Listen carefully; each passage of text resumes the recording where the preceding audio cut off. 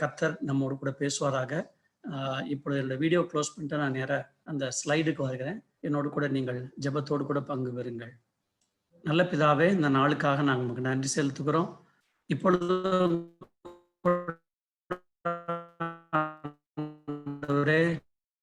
நீர் நடத்தி எங்களோடு கூட இடைப்படுகிற கிருபைக்காக நாங்கள் நன்றி செலுத்துகிறோம். இந்த நாளிலும் ஆண்டவரே, நீர் எங்களோடு கூட உடைய திவ்ய வார்த்தைகளை கொண்டு எங்களோட பேசுங்க. ஆவியாயும் ஜீவன் மாதிரி வார்த்தைகளை வீர்ப்பிக்கட்டும். இயேசு மூலம் ஜெபிக்கிறோம் நல்ல பிதாவே, ஆமீன். இந்த ஸ்லைடு இப்போ எல்லாருக்கும் விசிபிளா இருக்குதா? நல்லா கரெக்டா இருக்குண்ணே. Okay, thank you. கடந்த வாரங்களாக நம்ம கர்த்தருக்கு பயப்படுகிற பயம் அப்படிங்கிற அந்த தலைப்புல நம்ம பார்த்து கொண்டு வருகிறோம். பொதுவாக கர்த்தருக்கு பயப்படுகிற பயத்தோடு கூட ஆசீர்வாதங்கள் மட்டுமே நம்முடைய ஞாபகத்துக்கு வருகிறது. ஆனால் கர்த்தருக்கு பயப்படுகிறது என்ன என்று வேதத்திலிருந்து கற்றுக்கொண்டு அந்த ஒரு குணாதிசயத்தை நம்முடைய வாழ்க்கையிலே அபியாசிக்கும் போது மட்டுமே தேவனுடைய ஆசீர்வாதங்களை, அவருடைய பாதுகாவலை, அவருடைய கிருபைகளை நம்முடைய வாழ்க்கையிலே உணர முடியும் என்று சொல்லி நம்ம தியானித்துக் கொண்டு வருகிறோம். கடந்த வாரத்திலே கர்த்தருக்கு பயப்படுதல் என்பது நற்குணம் அப்படின்னு சொல்லி நம்ம பார்த்தோம். அப்போ பொதுவாக பழிக்கு பழி வாங்குதல், உதாசீனம் பண்ணாங்க, நம்மளை நெக்லெக்ட் பண்ணாங்கன்னா திரும்பவும் அவங்களை அப்படியே செய்கிற ஒரு குணம் எல்லா மனுஷத்தையும் இருக்கும். அதற்கு பதிலாக நாம் ஆசீர்வாதத்தை சுதந்திரத்துக் கொள்ளும்படி, நன்மை செய்யும்படியாக அழைக்கப்பட்டுள்ளது என்று நம்ம ஆசீர்வதிக்கும்படியாக அழைக்கப்பட்டோம் என்று சொல்லி பார்த்தோம். இந்த நாளிலே கூட நம்ம பார்க்க போறது கர்த்தருக்கு பயப்படுதல் என்றால் என்ன என்று சொல்லும் பொழுது அது தேவனுடைய நீதி நியாயங்களை கை கொள்ளுதல் என்று சொல்லி நம்ம பார்க்க போகிறோம். The fear of the Lord is practicing God's justice. தேவனுடைய நீதி நியாயங்கள். இது ஏதோ பழைய பாட்டில் சொல்லப்பட்ட ஒரு தத்துவம் என்று நம்ம யோசிக்க கூடாது. மலைப்பிரசங்கத்தில் ஆண்டவராக இயேசு கிறிஸ்து கடைசியில் எப்படி தன்னுடைய மலைப்பிரசங்கத்தை முடிச்சார் என்று சொன்னால், ஆதலால் நீங்க முதலாவது தேவனுடைய ராஜ்யத்தை நீங்க தேடுங்கன்னு சொல்லாம அதோடு சேர்ந்து ஒரு வார்த்தை சொல்கிறது, முதலாவது தேவனுடைய ராஜ்யத்தையும் அவருடைய நீதியையும் தேடுங்கள் அப்படின்னாரு. அப்போ இந்த பூமியிலே ஆண்டவருடைய பிள்ளைகள், கர்த்தருக்கு பயப்படுகிற பிள்ளைகள் என்பவங்க ஆண்டவருடைய நீதியை தங்களுடைய வாழ்க்கையிலே காண்பிக்கிறவங்களா இருக்க வேண்டும். அப்போ ஆண்டவருடைய நீதி என்ன சொல்லி ஒரு சில தலைப்புகளை மாத்திரம் செலக்டடா நம்ம நாளிலே பார்க்க ஆண்டவர் வீசுவாராக. 10ஆம் அதிகாரத்தை திருப்பிக் கொண்டு 12, 13 வசனங்கள், 17, 18 வசனங்கள், 20 ஆகிய வசனங்களை வாசிக்கும் பொழுது ஆண்டவராகிய தேவன் இஸ்ரவேல் ஜனங்கள் கானான் தேசத்துக்கு புறப்பட்டு வருகிற வழியிலே அவர்களுக்கு த லா ஆஃப் த லார்ட், தேவனுடைய நீதி நியாயங்களை அவர் கற்றுக் கொடுக்கிறார். அதைத்தான் நம்ம 10 கற்பனை என்றும் தேவனுடைய நியாயப்பிரமாணம் என்றும் நம்ம சொல்லுகிறோம். அப்போ அந்த காரியங்களை சொல்லும் பொழுது அவர் சொல்லுகிற காரியங்களை நான் ஹைலைட் பண்ணியிருக்கேன் பாருங்க. இப்பொழுதும் இஸ்ரவேலே, நீ உன் தேவனாய கர்த்தருக்கு பயந்து, அப்போ ஆண்டவருக்கு பயப்படுகிற பிள்ளைகள் மட்டும்தான் இது பண்ண முடியும். பயந்து அவர் வழிகளிலெல்லாம் நடந்து நான் இன்று உனக்கு கற்பிக்கிற கர்த்தருடைய கற்பனைகளையும் அவருடைய கட்டளைகளையும் உனக்கு நன்மை உண்டாகும்படி கை கொள்ள வேண்டும். அப்போ தேவன் தன்னுடைய நீதி நியாயங்களை இஸ்ரவேல் ஜனங்கள் பூமியிலே மிகவும் ஆசீர்வதிக்கப்பட்டவங்க, ரொம்ப நல்லா இருக்கிறவங்கன்னு சொல்லி அவருடைய நியாயங்களை இஸ்ரவேலுக்கு மட்டும் அவர் கற்றுக் கொடுக்கிறார். அப்போ உபாகமம் யோசுவா தாண்டி நியாயாதிபதிகள் வரைக்கும் போகும் வரைக்கும் இஸ்ரவேல் ஜனங்கள் கானான் தேசத்தை சுதந்திரித்து ஒரு நேஷன், ஒரு தேசமா அவங்க வரல. அப்ப இந்த லேவியராகமும் நம்ம பார்க்கிற எல்லா காரியங்களும் on the way before they become a nation, அவங்க ஒரு ஜன கூட்டமா இருக்கும்போது, ஒரு தேசமா மாறுறதுக்கு முன்னாடியே லாவை கொடுக்கிறார். பொதுவா ஒரு தேசம் உருவாகி அதற்கென்று சட்டத்திட்டங்கள் 2வது தான் வரும். ஆனா ஆண்டோடைய பிள்ளைகளுக்கு அவங்க தேசமாக உருவெடுக்கிறதுக்கு முன்பாக முதலாவது சட்டத்திட்டங்கள் அல்லாட்ட தேவனுடைய பிரமாணம், தேவனுடைய நீதி நியாயங்களை கற்றுக் கொடுக்கிறார். அப்போ அதுல சொல்லுகிற காரியங்கள் என்ன அப்படின்னு சொல்லும் போது அவர் என்ன சொல்ற, what is mean by to follow God's ways and his justice, தேவனுடைய நீதி நியாயங்கள் அதை நம்ம கை கொள்றோம்னா என்ன அப்படின்னா, is not to follow the heathen culture, புறஜாதியார் நடக்கிறபடி, புறஜாதியாருடைய கலாச்சாரத்தின்படி நம்ம நடக்கக்கூடாது. இன்றைக்கு இந்தியாவிலும் பல இடங்களிலும் நம்ம பார்க்கிற எல்லாருமே புறஜாதியாருடைய கலாச்சாரம். இஸ்ரவேல் ஜனங்கள் கானானுக்குள் பிரவேசிக்கும் பொழுது லேவியராகமம் 18ஆம் அதிகாரம் 3லிருந்து 5 வரைக்கும் உள்ள வசனங்கள்ல ஆண்டவர் மிக தெளிவா சொல்றார், எகிப்தியர் நீங்க விட்டு வந்தீங்களோ ஒரு தேசம், அதன்படி நீங்க செய்யக்கூடாது. நீங்க உள்ள நுழையிற கானானியர் இருக்காங்க பாருங்க, அந்த கல்ச்சரும் உங்களுக்கு வேண்டாம். நான் உங்களுக்கு கற்றுக் கொடுக்கிற நீதி நியாயங்களை பண்ணுங்க. நீங்கள் குடியிருந்த எகிப்த தேசத்தாருடைய செய்கையின்படி செய்யாமலும், நான் உங்களை அழைத்து போகிற கானான் தேசத்தாருடைய செய்கையின்படி செய்யாமலும், அவர்களுடைய முறைமைகளின்படி நடவாமலும், என்னுடைய நியாயங்களின்படி செய்து என்னுடைய கைகளை கை கொள்ளுங்க. அப்போ இவங்க 2 பேருமே ஆண்டவருடைய நீதி நியாயங்களின்படி செய்யாம, உலக பிரகாரமான அல்லாட்ட அவர்கள் வணங்குகிற தெய்வங்களோடு சார்ந்த கலாச்சாரங்களை, ஆண்டவர் சொல்லுவது நீதி நியாயம் சொன்னா அவங்க பண்ணதெல்லாம் அநீதியா இருந்திருக்கணும். அப்ப இந்த 2மே வேண்டாம். டோன்ட் ஃபாலோ எய்தர் ஈஜிப்ட் நார் த கேனனைட் கல்ச்சர் அப்படின்றார். அப்போ ஆண்டவருடைய நீதி நியாயங்கள் இந்த உலகத்துல அந்த நாட்களில் இருந்த எந்த ஜாதியாருக்குமே இல்லாத நீதி நியாயங்களை ஆண்டவர் கற்றுக் கொடுக்கிறார். அப்ப என்னுடைய நியாயங்களின்படி செய்து என்னுடைய கட்டளைகளை கை கொண்டு நடவுங்கள், நான் உங்கள் தேவனாகிய கர்த்தர் அப்படின்னு ஆண்டவர் அவங்க ஃபர்ஸ்ட் சொல்லிட்டு பின்பாக பார்க்கும் பொழுது அவருடைய நீதி நியாயங்களை ஒண்ணு கற்றுக் கொடுக்கிறார். முதலாவது, எந்த ஒரு கல்ச்சருமே அவர் வணங்குற கடவுளோடு சம்பந்தப்பட்டதா இருக்கும். ஆண்டவர் உபாகம் 10ஆம் அதிகாரம் 17, 18, 20 வசனங்கள்ல தன்னுடைய குணாதிசயத்தை சொல்றார் பாருங்க. உங்கள் தேவனாய் கர்த்தர் பட்சபாதம் பண்ணுகிறவரும் அல்ல, பரிதானம் வாங்குறவரும் அல்ல. அவர் திக்கற்ற பிள்ளைகளுக்கும் விதவைகளுக்கும் நியாயம் செய்கிறவரும், அந்நியன் மேல் அன்பு வைத்து அவனுக்கு அன்ன வஸ்திரம் கொடுக்கிறவருமா இருக்கிறார். உன் தேவனாகிய கர்த்தருக்கு பயந்து அவரை சேவித்து அவரை பற்றி கொண்டு அவருடைய நாமத்தின்படியே ஆணையிடுவாயாக. தேவனுடைய குணாதிசயம் ஒடுக்கப்படுகள் எளியவர்கள் நீதி நியாயத்துக்காக அவர் நிற்கிற ஒரு நீதி உள்ள தேவன். அதுதான் காட்ஸ் நேச்சர். லேவியராகமம் 19ஆம் அதிகாரம் 37ஆம் வசனத்துல ஆண்டவர் சொல்றாரு, keep all my decrees and my law and follow them, I am the Lord. அதாவது நான் கர்த்தர் அப்படின்னு அவர் சொல்லும் போதெல்லாம் இந்த பூமியில் உன்னை உயிரோடு வைக்கவோ, அழித்து போடவோ, உன்னை செழிப்பா ஆசீர்வாதமா வைக்கவோ, தரித்திரப்பட்டு வைக்கிறதோ எல்லாமே என் கையில இருக்கு அப்படிங்கிறதா ஒரே வார்த்தை, நான் கர்த்தர். அப்போ இந்த இடத்துல லேவியர் புத்தகத்துல ஆண்டவர் இஸ்ரவேல் ஜனங்களுக்கு சொல்றாரு, என்னுடைய கட்டளைகள் யாவையும் என்னுடைய நியாயங்கள் யாவையும் கை கொண்டு அவைகளின்படி நடக்க கடவீர்கள், நான் கர்த்தர். இப்ப இஸ்ரவேல் ஜனங்கள் இந்த பூமியில சிறப்பான ஆசீர்வதிக்கப்பட்ட ஜனங்களா இருப்பதற்கு காரணம் அவர்கள் கை கொண்டு வருகிற தேவனுடைய நீதி நியாயங்கள் என்பதுதான் ரகசியம். அப்போ முதல் அந்த தேவனுடைய நீதி நியாயங்கள் என்ன அப்படின்னு சொல்லும் பொழுது நிறைய உண்டு. அதுல செலக்டடா ஒரு 3 காரியங்களை மட்டும் நம்ம பார்க்க போகிறோம். என்ன அப்படின்னு சொன்னா, முதலாவதாக ரெஸ்பெக்ட் ஃபார் ஆல். எல்லாருமே கனம் பண்ண வேண்டியது. அது லேவியராகமம் 19ஆம் அதிகாரம் அந்த 37 வசனங்கள், முதல் 37 வசனங்கள்ல எல்லாரையும் ஹானர் பண்ணுங்க அப்படின்னு சொல்லி சொல்றாரு. அப்போ தேவனுக்கு பயப்படுகிற பயத்தோடு சம்பந்தப்பட்டு வருகிற முதலாவது காரியம் கனம் பண்ணுதல். லேவியர் 19ஆம் அதிகாரம் 14ஆம் வசனம் 32ஆம் வசனத்தில் ஆண்டவர் சொல்றாரு, செவிடன் நிந்தியாமலும் குருடனுக்கு முன்னே தடுக்கலை போடாம வையாமலும் தேவனுக்கு பயந்திருப்பாயாக, நான் கர்த்தர். நரைத்தவனுக்கு முன்பாக எழுந்து முதிர் வயதுள்ள முகத்தை கனம் பண்ணி உன் தேவனுக்கு பயப்படுவாயாக. எல்டர்ஸையோ ஃபீபிள் பீப்புளை ஹானர் பண்ற காரியம் தேவனுக்கு பயப்படுகிறதோடு சம்பந்தப்பட்ட ஒரு பிஹேவியர்.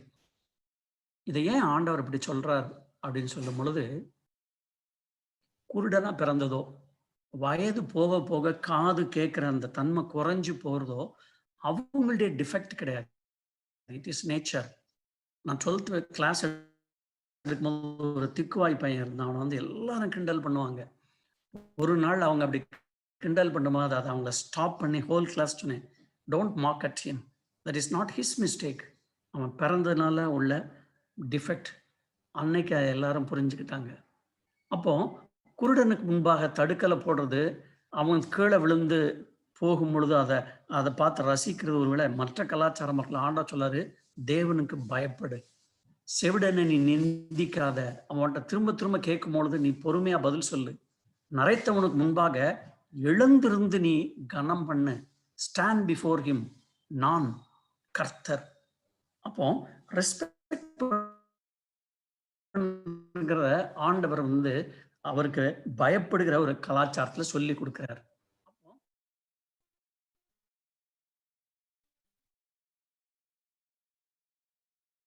அவருக்கும் ஹீஸ் காட், அவர் பிதா. எல்லாரையும் கடத்தாம ஒடுக்காம இரு. விதவையும் திக்கற்ற பிள்ளைகளை ஒடுக்க கூடாது. அவர்கள் எவ்வளவாகிலும் ஒடுக்கும் பொழுது அவர்கள் என்னை நோக்கி முறையிட்டால் அவர்கள் முறையிடுதலை நான் நிச்சயமாய் கேட்டு கோபம் மூண்டவராகி உங்களை பட்டயத்தினாலே கொலை செய்வேன்.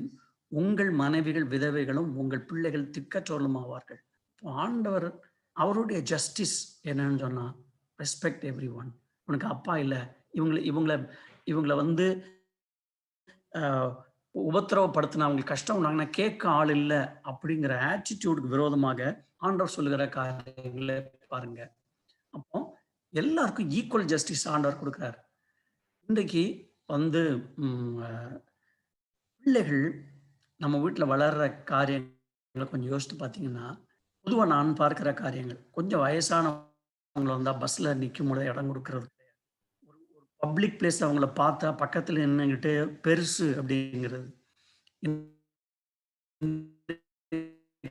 எல்டர்ஸை ரெஸ்பெக்ட் பண்றது இந்த பிள்ளைகள்கிட்ட எங்க இருந்து வந்தனா, நம்முடைய பேசுகிற காரியங்கள், மற்றவங்களை நம்ம எப்படி ரெஸ்பெக்ட் பண்ணுகிறோம், நம்ம வீட்டில் இருக்க கலாச்சாரம் வச்சுதான் பிள்ளைகள் கற்றுக்கொள்றாங்க. அப்போ வீட்டுக்குள்ள இருக்க வேண்டிய கலாச்சாரத்தை ஆண்டவர் சொல்லுமா சொல்றாரு, பிறனை ஒடுக்காமலும் கொள்ளையிடாம இரு, உன் ஜனங்களுக்குள்ளே அங்கும் இங்கும் கோல் சொல்லி தெரியாயாக. இதெல்லாம் டீப்பா படிக்கலாம். ஆனா நம்ம ஏன் கோல் சொல்றோம் அப்படின்னு யோசித்து பாருங்க. உன் சகோதரன் உள்ளத்தில் பகையாக, உன் ஜனபுத்திரின் மேல் பொறாமை கொள்ளாமலும், உன்னில் நீ அன்பு கூறுவர் பிறனிடத்தில் அன்பு கூறுவாயாக, நான் கர்த்தர். உங்களில் பரதேசிக்கும் சுதேசிக்கும் ஒரே நியாயம் இருக்க வேண்டும். இன்னைக்கு the children learn culture from the parents at home. அப்ப இன்னைக்கு பிள்ளைகளை வந்து டைரக்டா நம்ம குறை சொல்ல முடியாது. வீட்டில் எதை கற்றுக்கொள்கிறார்கள், நம்ம எதை கற்றுக் கொடுக்கிறோம், நம்ம எப்படிப்பட்ட ஒரு ரோல் மாடலா இருக்கோம் என்பதை பொறுத்து தான் பிள்ளைகள் இருப்பாங்க. அப்போ பழைய அந்த நாட்கள்ல வந்து பார்க்கிற வேளையில ஒரு டிசோபீடியன்ட், பெரியவங்களை மதிக்காத, தகப்பன் சொல்ல கேளாத ஒருத்தங்க இருந்தாங்கன்னா ஆண்டவர் அவங்ககிட்ட எப்படி டீல் பண்ண சொன்னார்ங்கிற வார்த்தை நம்ம வாசிக்கும் பொழுது இப்படிப்பட்ட காரியங்களை குறித்து நம்ம எவ்வளவு சீரியஸா இருக்க வேண்டும் என்று சொல்லி நம்மளால் விளங்கி கொள்ள முடியும். உபாகமம் 21ஆம் அதிகாரம் 18-19 வசனங்கள்ல, நீங்கள் ஒரு தேசமாகி போயிருக்கிற வேளையில இப்படிப்பட்ட ஒரு பிள்ளை இருந்தா என்ன செய்யணும்னு சொல்லி ஆண்டவர் சொல்ல இருப்பாங்க. தன் தகப்பனை சொல்லையும் தன் தாயின் சொல்லையும் கேளாமலும் அவர்களில் தண்டிக்கப்பட்டும் அவர்களுக்கு கீழ்ப்படியாமலும் போகிற அடங்காத துஷ்ட பிள்ளை ஒருவனுக்கு இருந்தால், அவன் தகப்பனும் அவன் தாயும் அவனை பிடித்து அவன் இருக்கும் பட்டணத்தின் மூப்பரிடத்துக்கும் அவ்விடத்துக்கும் வாசலுக்கும் அவனை கொண்டு போய், எங்கள் மகனாகிய இவன் அடங்காத துஷ்டனா இருக்கிறான், எங்கள் சொல்லை பாருங்க, ஒரே சின்ன கிராம், அப்படிப்பட்டவனுக்கு என்ன செய்யணுமா? உடனே அந்த வேதத்துல அவங்க ஆண்டவர் அந்த அவங்களுக்கு சொல்ல வேண்டியதை சொல்றாரு பாருங்க. பெருந்தீனிக்காரனும் குடியனுமாய் இருக்கிறான் என்று பட்டணத்து மூப்பர்கள் சொல்வார், பட்டணத்தின் மூப்பரோடு சொல்வார்களாக. அப்பொழுது அவன் சாகும்படி அந்த பட்டணத்து மனிதர் எல்லாம் அவன் மேல் கல்லெறிய கடவர்கள். இப்படியே தீமையை உன் நடுவில் இருந்து விலக்கி போட வேண்டும். இஸ்ரவேல் எல்லாரும் அதை கேட்டு பயப்படுவார்கள். ஒரே வார்த்தையில், don't encourage that evil, root up the evil. அப்போ ஒரு கீழ்ப்படியாத, சொல் பேச்சு கேளாத ஒருத்தன் வந்து எவ்வளவு ஹார்ஷா ஆண்டவர் டீல் பண்ண சொல்லார். அவர் இரக்கமுள்ள தேவன், கிருபையுள்ள தேவன். பட் இந்த மேட்டர் ஆஃப் ரெஸ்பெக்டிங் எல்டர்ஸ் ஆண்டவர் இவ்வளவு ஹார்ஷா டீல் பண்றார். அவனை வந்து ரிமூவ் பண்ணு, அப்படிப்பட்டவன் இந்த பூமியில் இருக்கவே வேண்டாம். ஒருவேளை அதே சட்டம் இன்றைக்கு இருக்கும் என்று சொன்னால் யோசித்து பார்ப்போம். இப்போ உள்ள ஜெனரேஷன்ல எத்தனை வாலிப பிள்ளைகள், வாலிபர் இன்றைக்கு இருக்க முடியும்?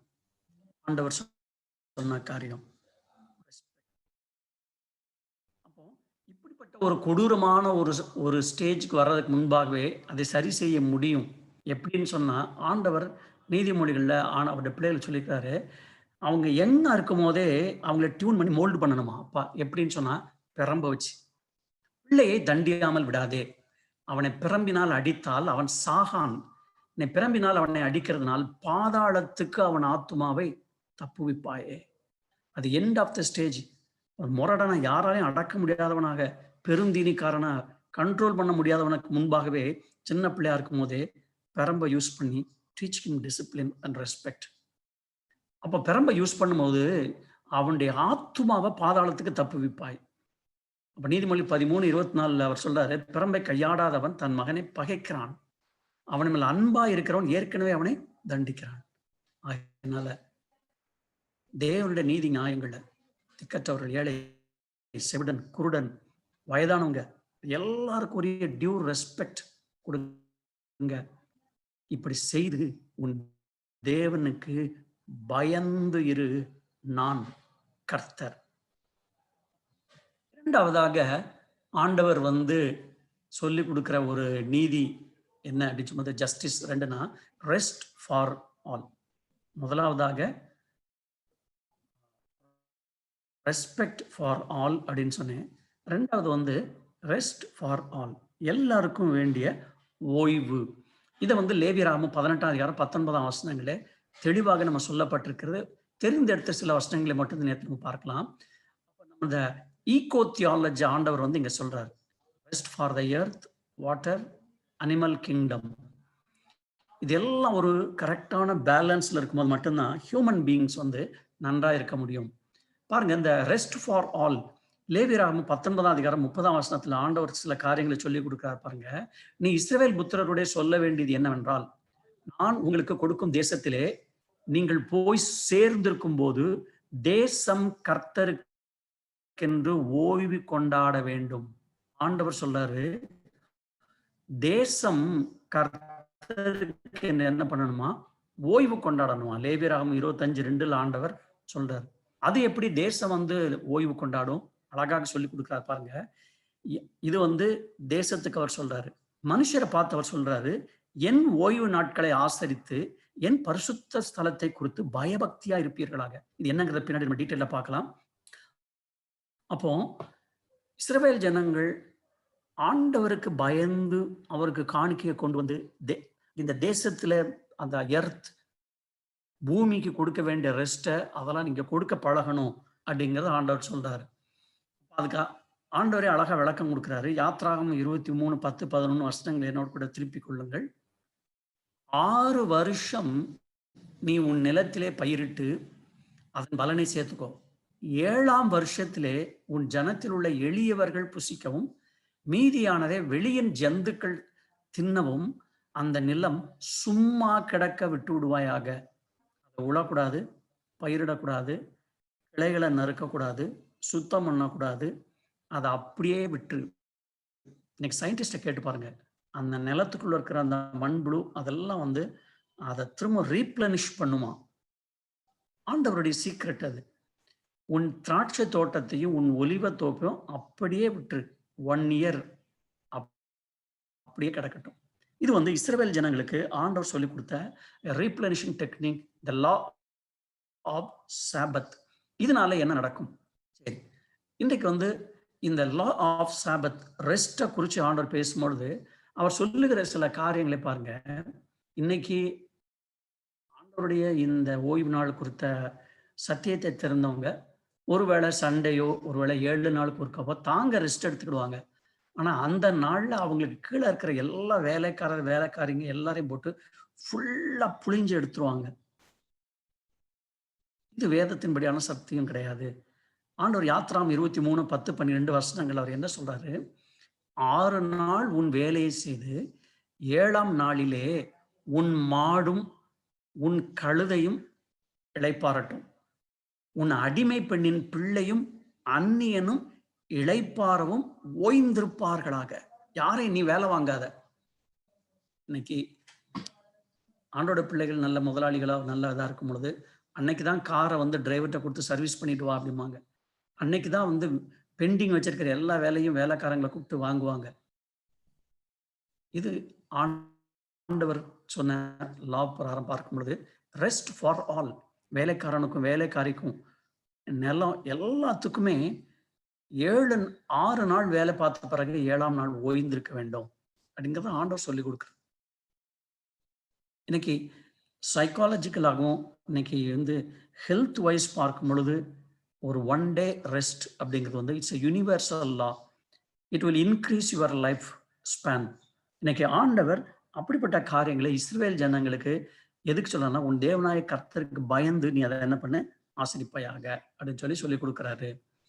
அப்போ அந்த ஈகோ தியாலஜில மனுஷனுக்குன்னு சொல்லி ஒரு ரெஸ்பான்சிபிலிட்டியை கொடுக்குறாரு. என்ன செய்யணுமா?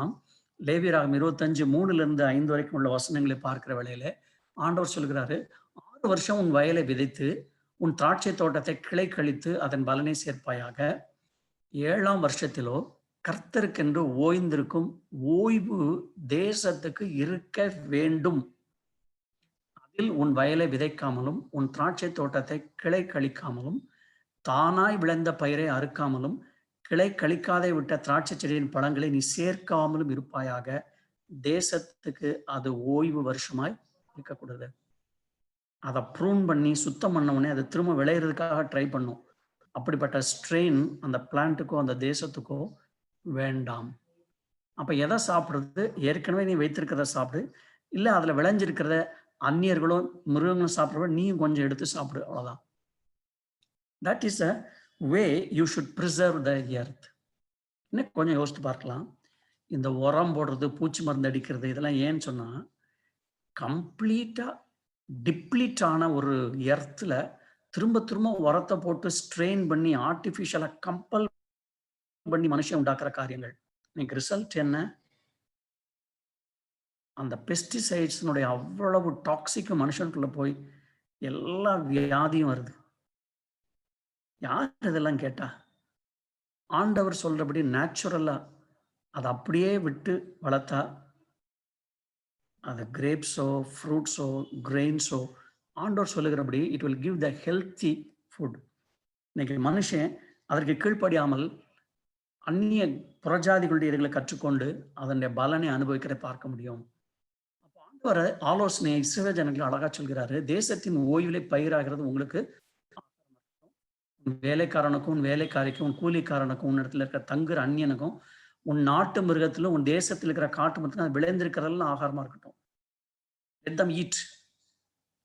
18 அழகா ஒரு காரியம் சொல்றாரு, என் கட்டளைகளின்படி செய்து என் நியாயங்களை கை கொண்டு அவைகளின்படி நடக்க கடவீர்கள், அப்பொழுது தேசத்தில் சுகமா இருப்பீங்க.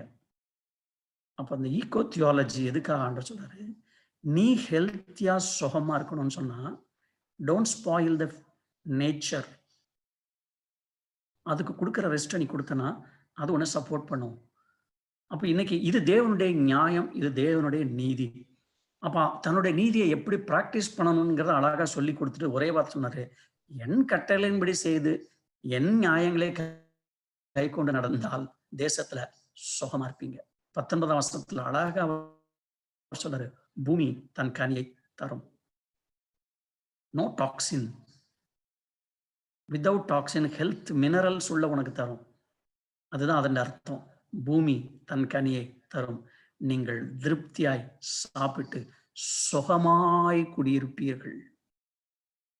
காட்ஸ் லா, காட்ஸ் ரைச்சியஸ்னஸ். மனுஷன் அதை என்னைக்கு மீறானோ அதனுடைய கான்சிக்வன்ஸை அவன் அனுபவிக்க வேண்டிய சூழ்நிலை இருக்கிறோம். அப்படி இல்லைன்னா என்ன நடக்கும்? இஸ்ரவேல் தேசத்துக்கு என்ன நடந்ததோ அதுதான் நமக்கும் நடக்கும். பாருங்க, இஸ்ரவேல் ஜனங்கள் கிட்டத்தட்ட 490 வருஷம் இந்த ஓய்வு வருஷத்தை கடைபிடிக்காம தொடர்ந்து பயிரிட்டு கொண்டே இருந்தாங்க. யூதா தேசத்தை விட்டு ஆண்டவர் அவர்களை விரட்டி அடிக்கிறதுக்கு எத்தனை வருஷம்? 70 வருஷம்.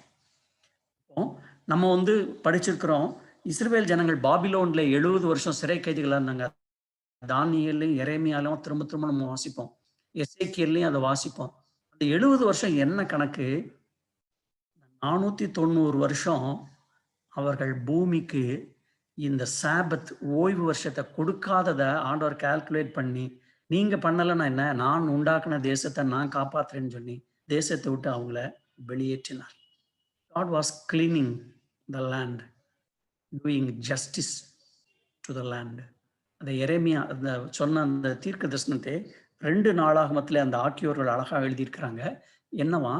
கர்த்தர் எரேமியாவின் வாயினாலே சொன்ன வார்த்தை நிறைவேறும்படிக்கு தேசம் தன்னுடைய ஓய்வு வருஷங்களை ரம்மியமாய் அனுபவித்து தீரும் மட்டும் அது பாழாய் கிடந்த நாளெல்லாம், அதாவது 70 வருஷம் முடியும் மட்டும் ஓய்ந்திருந்தது.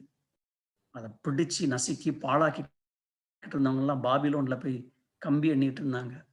கர்த்தர் தேசத்துக்கு நீதியை செஞ்சார். அந்த தேசத்துக்கு கிடைக்க வேண்டிய நியாயமான ஓய்வு ஆண்டவர் கொடுத்தார். இன்னைக்கு திடீர்னு புயல், மழை, வெப்பம், சுனாமி இப்படி எல்லாம் தடால் படால ஏன் வருதுன்னு சொன்னா, present human is totally spoiling the nature. பூமி நம்ம ரோமர்ல பார்க்கும் பொழுது 9ஆம் அதிகாரத்துல 30 பார்க்கும்போது இன்னைக்கு அதனுடைய விடுதலைக்காக ஆண்டவர் நோக்கி அது கதறிக்கிட்டே இருக்கு. ஆண்டவர் அதுக்கு ஜஸ்டிஸ் பண்றார். திடீர்னு ஒரு பயங்கர வெள்ளம் வந்து ஃப்ளட்டு வந்திருந்தப்ப சென்னையில் ஒருத்தர் வந்து அழகா சொன்னாரு, தண்ணி இருக்க வேண்டிய இடத்துல நீங்க இருந்தனால இன்னைக்கு நீங்க இருக்க வேண்டிய இடத்துல தண்ணி வந்துருச்சுன்னு சொல்லி. இன்னைக்கு எத்தனை நீர்கால எல்லாத்தையும் தூத்து போட்டு அதுல வீடுகளை கட்டி வயல் நிலங்களை மரங்களை வெட்டி வந்து கை கொள்வது மாத்திரம்தான். ஆண்டவர் சொல்றாரு, நீங்க தேசத்துல சுகமாய் குடியிருப்பீர்கள். சரி, இதை வந்து ஒரு தேசமாகவோ நம்ம வீடுகளிலோ கூட நம்மளால அப்ளை பண்ண முடியும். எவ்வளவுக்கு எவ்வளவு கிரீனரிஸ், மரங்களை வளர்க்க முடியுமோ, அதற்கு வந்து பாதுகாப்பு கொடுத்து தண்ணீர் எத முடியும், விதைகளை கொடுத்து நம்ம வளர்க்க வைக்க முடியுமோ, அது நமக்கு கொடுக்கப்பட்ட ஒரு ரெஸ்பான்சிபிலிட்டி. அப்போ ஆண்டவர் வந்து இஸ்ரவேல் ஜனங்களுக்கு, இந்த யூதா தேசத்துக்கு கம்பல்சரி ரெஸ்ட் கொடுத்தார் 70 இயர்ஸ். அதை வந்து தேவனுடைய பிள்ளைகள் கரெக்டா புரிந்து கொண்டு இந்த 70 வருஷம் நம்ம விட்ட அந்த ஓய்வு வருஷங்கள் என்று புரிந்து கொண்டார்கள். மூன்றாவதாக ஆண்டவர் வந்து அந்த இஸ்ரவேல் ஜனங்களுக்கு அவர் கற்றுக் கொடுக்கிற ஒரு காரியம் என்னன்னு சொன்னா, ரெவன்யூ ஃபார் ஆல். தேவனுடைய அந்த எக்கனாமி, பொருளாதாரங்கிறது வந்து அது சரியாக சுழன்று எல்லாருக்கும் போய் சேர வேண்டும். ஒருத்தர்கிட்ட நிறைய சேர்ந்து ஒருத்தர் வந்து தரித்திரராக கூடாது. இது வந்து ஆண்டவர் வந்து கற்றுக் கொடுத்த ஒரு நீதி நியாயம். அப்ப லேவியராகமும் 18ஆம் அதிகாரம் 19ஆம் வசனத்துல இந்த ரெவன்யூ ஃபார் ஆல், எல்லாருக்கும் வேண்டிய சம பொருளாதாரங்கிறத வந்து ஆண்டவர் அழகாக சொல்லுகிறதை நம்மளால் பார்க்க முடியும். முதலாவதாக God's law for treating the poor. ஏழைகளை நம்ம வந்து எப்படி ட்ரீட் பண்ண வேண்டும் என்று சொல்லி ஆண்டவர் கற்றுக் கொடுக்கிறார். நிறைய நேரம் இருக்குது, அதனால நமக்கு சில வசனங்களை எடுத்து வாசிக்கலாம்னு சொல்லி நான் விரும்புகிறேன்.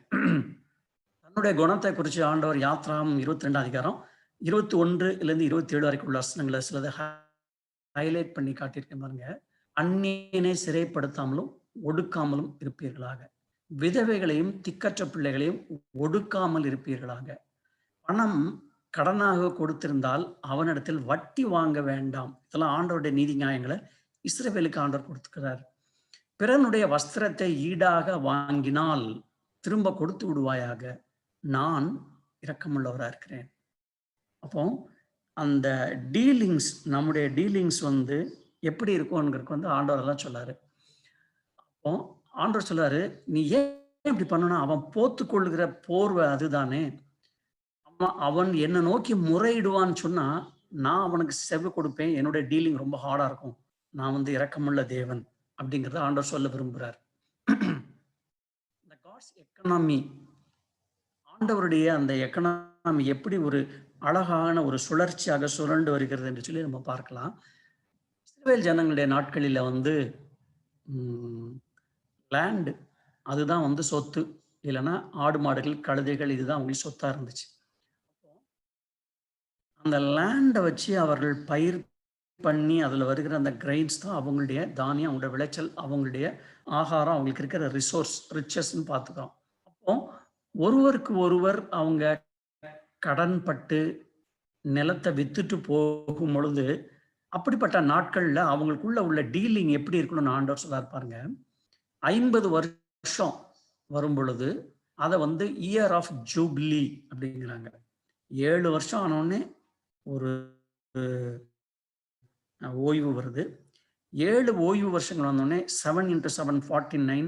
நெக்ஸ்ட் இயர் வந்து 50th இயர், அது வந்து ஜூப்ளி அப்படிங்கிறார். அந்த இயர் ஆஃப் ஜூப்ளியில் என்ன பண்ணணுமா, யார் எவ்வளவு கடன் வாங்கியிருந்தாலும், எந்த லேண்ட் அவங்க வந்து வித்திருந்தாலும், யார் ஒரிஜினல் ஓனர் அந்த ஏழைக்கு அது திரும்ப கொடுக்கப்பட வேண்டும். That is year of holiness. அன்றைக்கு வந்து யூ டிக்ளேர் ரிடம்ஷன். இதுதான் ஆண்டவர் கற்றுக் கொடுத்த நியாயம். ரெஸ்பெக்ட் பண்ண கற்றுக் கொடுக்குறாரு. 2வது ரெஸ்ட் எடுக்கணுங்கிறத கற்றுக் கொடுக்குறாரு. ரெவன்யூ ஒவ்வொருத்தனும் பிழைக்கிறதுக்கு வேண்டிய அவனோட ரெவன்யூ எப்படி இருக்கணுங்கிறதையும் தன்னுடைய நீதி ஆண்டவர் கற்றுக் கொடுக்குறார். நீ யார்கிட்ட லேண்டை வந்து கடனா கொடுத்தத பணம் கொடுத்து நீ அதை மீட்டு இருந்தன்னா 50வது வருஷம் வரும் பொழுது அது year of jubilee, it's year of redemption. நீ அதை என்ன பண்ணிரு, திரும்ப அவங்ககிட்ட கொடுத்துரு அப்படிங்கிறார். இது வந்து எந்த ஒரு நாட்டிலையுமே எந்த ஒரு ஜனத்திலுமே பார்க்காத கேள்விப்படாத காரியத்தை ஆண்டவர் சொல்றாரு. That is God's justice. அப்போ ஆண்டவர் இந்த லேவியராகமம் 25:10, 25லேருந்து 28 உள்ள வசனங்கள் என்னோடு கூட பாருங்க. 10ஆம் வசனத்துல ஆண்டவர் சொல்றாரு பாருங்க, 50ஆம் வருஷத்தை பரிசுத்தமாக்கி தேசமெங்கும் அதன் குடிகளுக்கு எல்லாம் விடுதலை குறக்கடவீர்கள். அது உங்களுக்கு யூபிலி வருஷமாய் இருப்பதாக. அதிலே உங்கள் ஒவ்வொருவனும் தன் தன் காணியாட்சிக்கும் தன் தன் குடும்பத்துக்கும் திரும்பி போக கடவன். ஒருவேளை அவங்க அடிமைப்பட்டு வேலை செய்யறவங்களா இருந்தா let him go to his family. அவனுடைய முற்பாட்டனார் சொத்தை வந்து காசுல உனக்கு வித்திருந்தான்னு சொன்னா அவனுடைய காணியாட்சி, அவனுடைய ரைட் ரூல், அது அவனுடைய ரைட் இன்ஹெரிட்டன்ஸ், அதை அவனுக்கு நீ என்ன பண்ணணும், திரும்பி கொடு. 12ஆம் வசனத்தை என்னோட கூட பாருங்கள். அது யூபிலி வருஷம், அதாவது year of jubilee, year of happiness, year of deliverance, அதாவது மீனிங். அது உங்களுக்கு பரிசுத்தமா இருக்க வேண்டும். What is holiness? அந்த வருஷத்தில் வயல்வெளியில் விளைந்தவளை நீங்கள் புசிக்க வேண்டும்.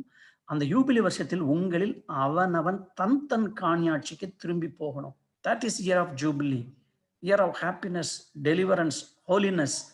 இது வந்து ஆண்டவர் கற்றுக் கொடுக்கிற ஒரு நீதி.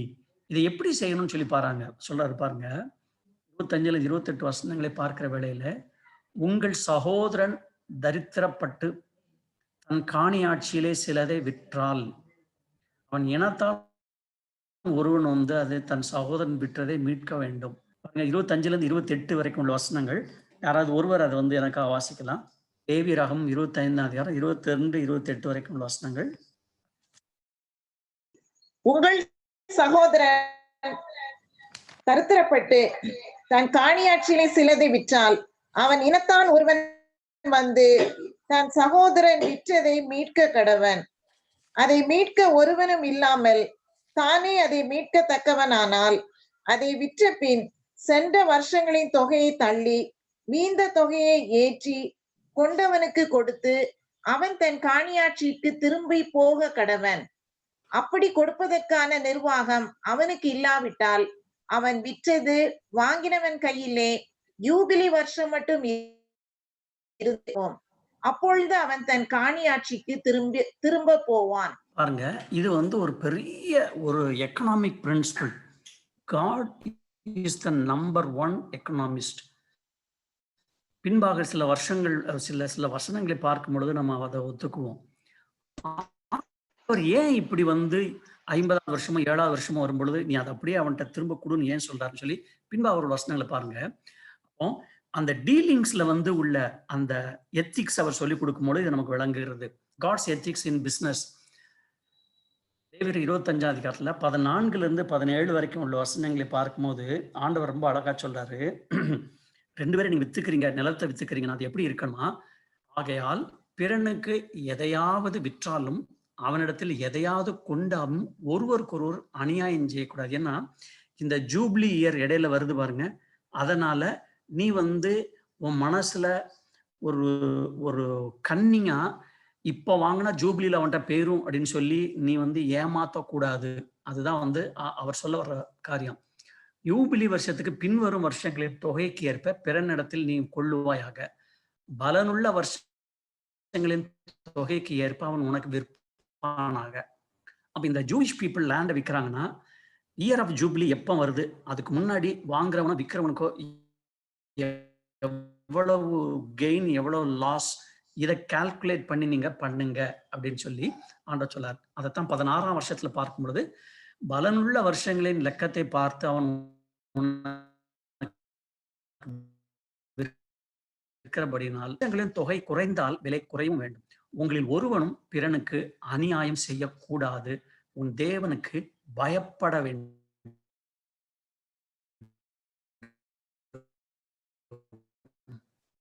நான் உங்கள் தேவனாகிய பையிங், அவங்கள அடிமைகளா வச்சுக்கிறது, லீஸ், இதுலெல்லாம் ஒரு பக்கா ஜஸ்டிஸ் கொடுக்கிறார்.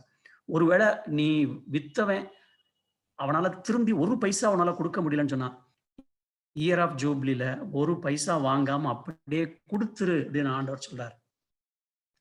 ஏன் 8-16 வசனங்களே 35-43 வரைக்கும் உள்ள வசனங்களே நீங்க அந்த லேவியர் 25 வாசித்து போகும்பொழுது ஆண்டவர் அழகா சொல்றாரு, உன் சகோதரன் தரித்திரப்பட்டு கை இழைத்து போவானால் அவனை ஆதரிக்க வேண்டும். இதுதான் தேவனுடைய நீதி. அவனை நசுக்க கூடாது, பரதிப்பானாக. ஆண்டோட நீதி என்னன்னா, ஒருத்தன் ரொம்ப ஏழையை அவனுடைய நிலம் எல்லாத்தையும் விற்கும் பொழுது அவன் பிழைக்கிறதுக்கு என்ன செய்யணுமோ அதை நீ செய்யணும். அதைத்தான் சொல்லி கொடுக்கிறார். அவன் பிழைப்பானாக. நீ அவன் கையில் வட்டியையாவது பொலிசையாவது வாங்காமல் உன் தேவனுக்கு பயந்து, கவனிங்க, இந்த டீலிங்ஸ்ல எல்லாம் ஆண்டவர் ஃபியர் ஆஃப் காட கொண்டார். உன் தேவனுக்கு பயந்து உன் சகோதரன் உன்னோட பிழைக்கும்படி செய்வாயாக. உன் சகோதரன் தரித்திரனாகி உனக்கு விலைப்பட்டு போனால் அவனை அடிமையை போல ஊழியம் செய்ய நெருக்க வேணாம். இன்னைக்கு கொத்தடிமைகள் பார்க்குறோம் பாருங்க, காசு கொடுக்க முடியலன்னா அவ்வளவு பிள்ளைகளை குடும்பத்தை கொண்டு வருஷக்கணக்கா வேலை வாங்குறாங்கல்ல. நீ அவனை கொடூரமாய் ஆளாமல் உன் தேவனுக்கு பயந்துரு. Human resource, God is talking the business ethics and the human resource righteousness. நீ அவனை நசுக்காத, அவன் பிழைக்கிறதுக்கு என்ன வேணுமோ அதை செய். உன் தேவனுக்கு பயந்து நீ செய். ஆண்டவர் தன்னுடைய நீதி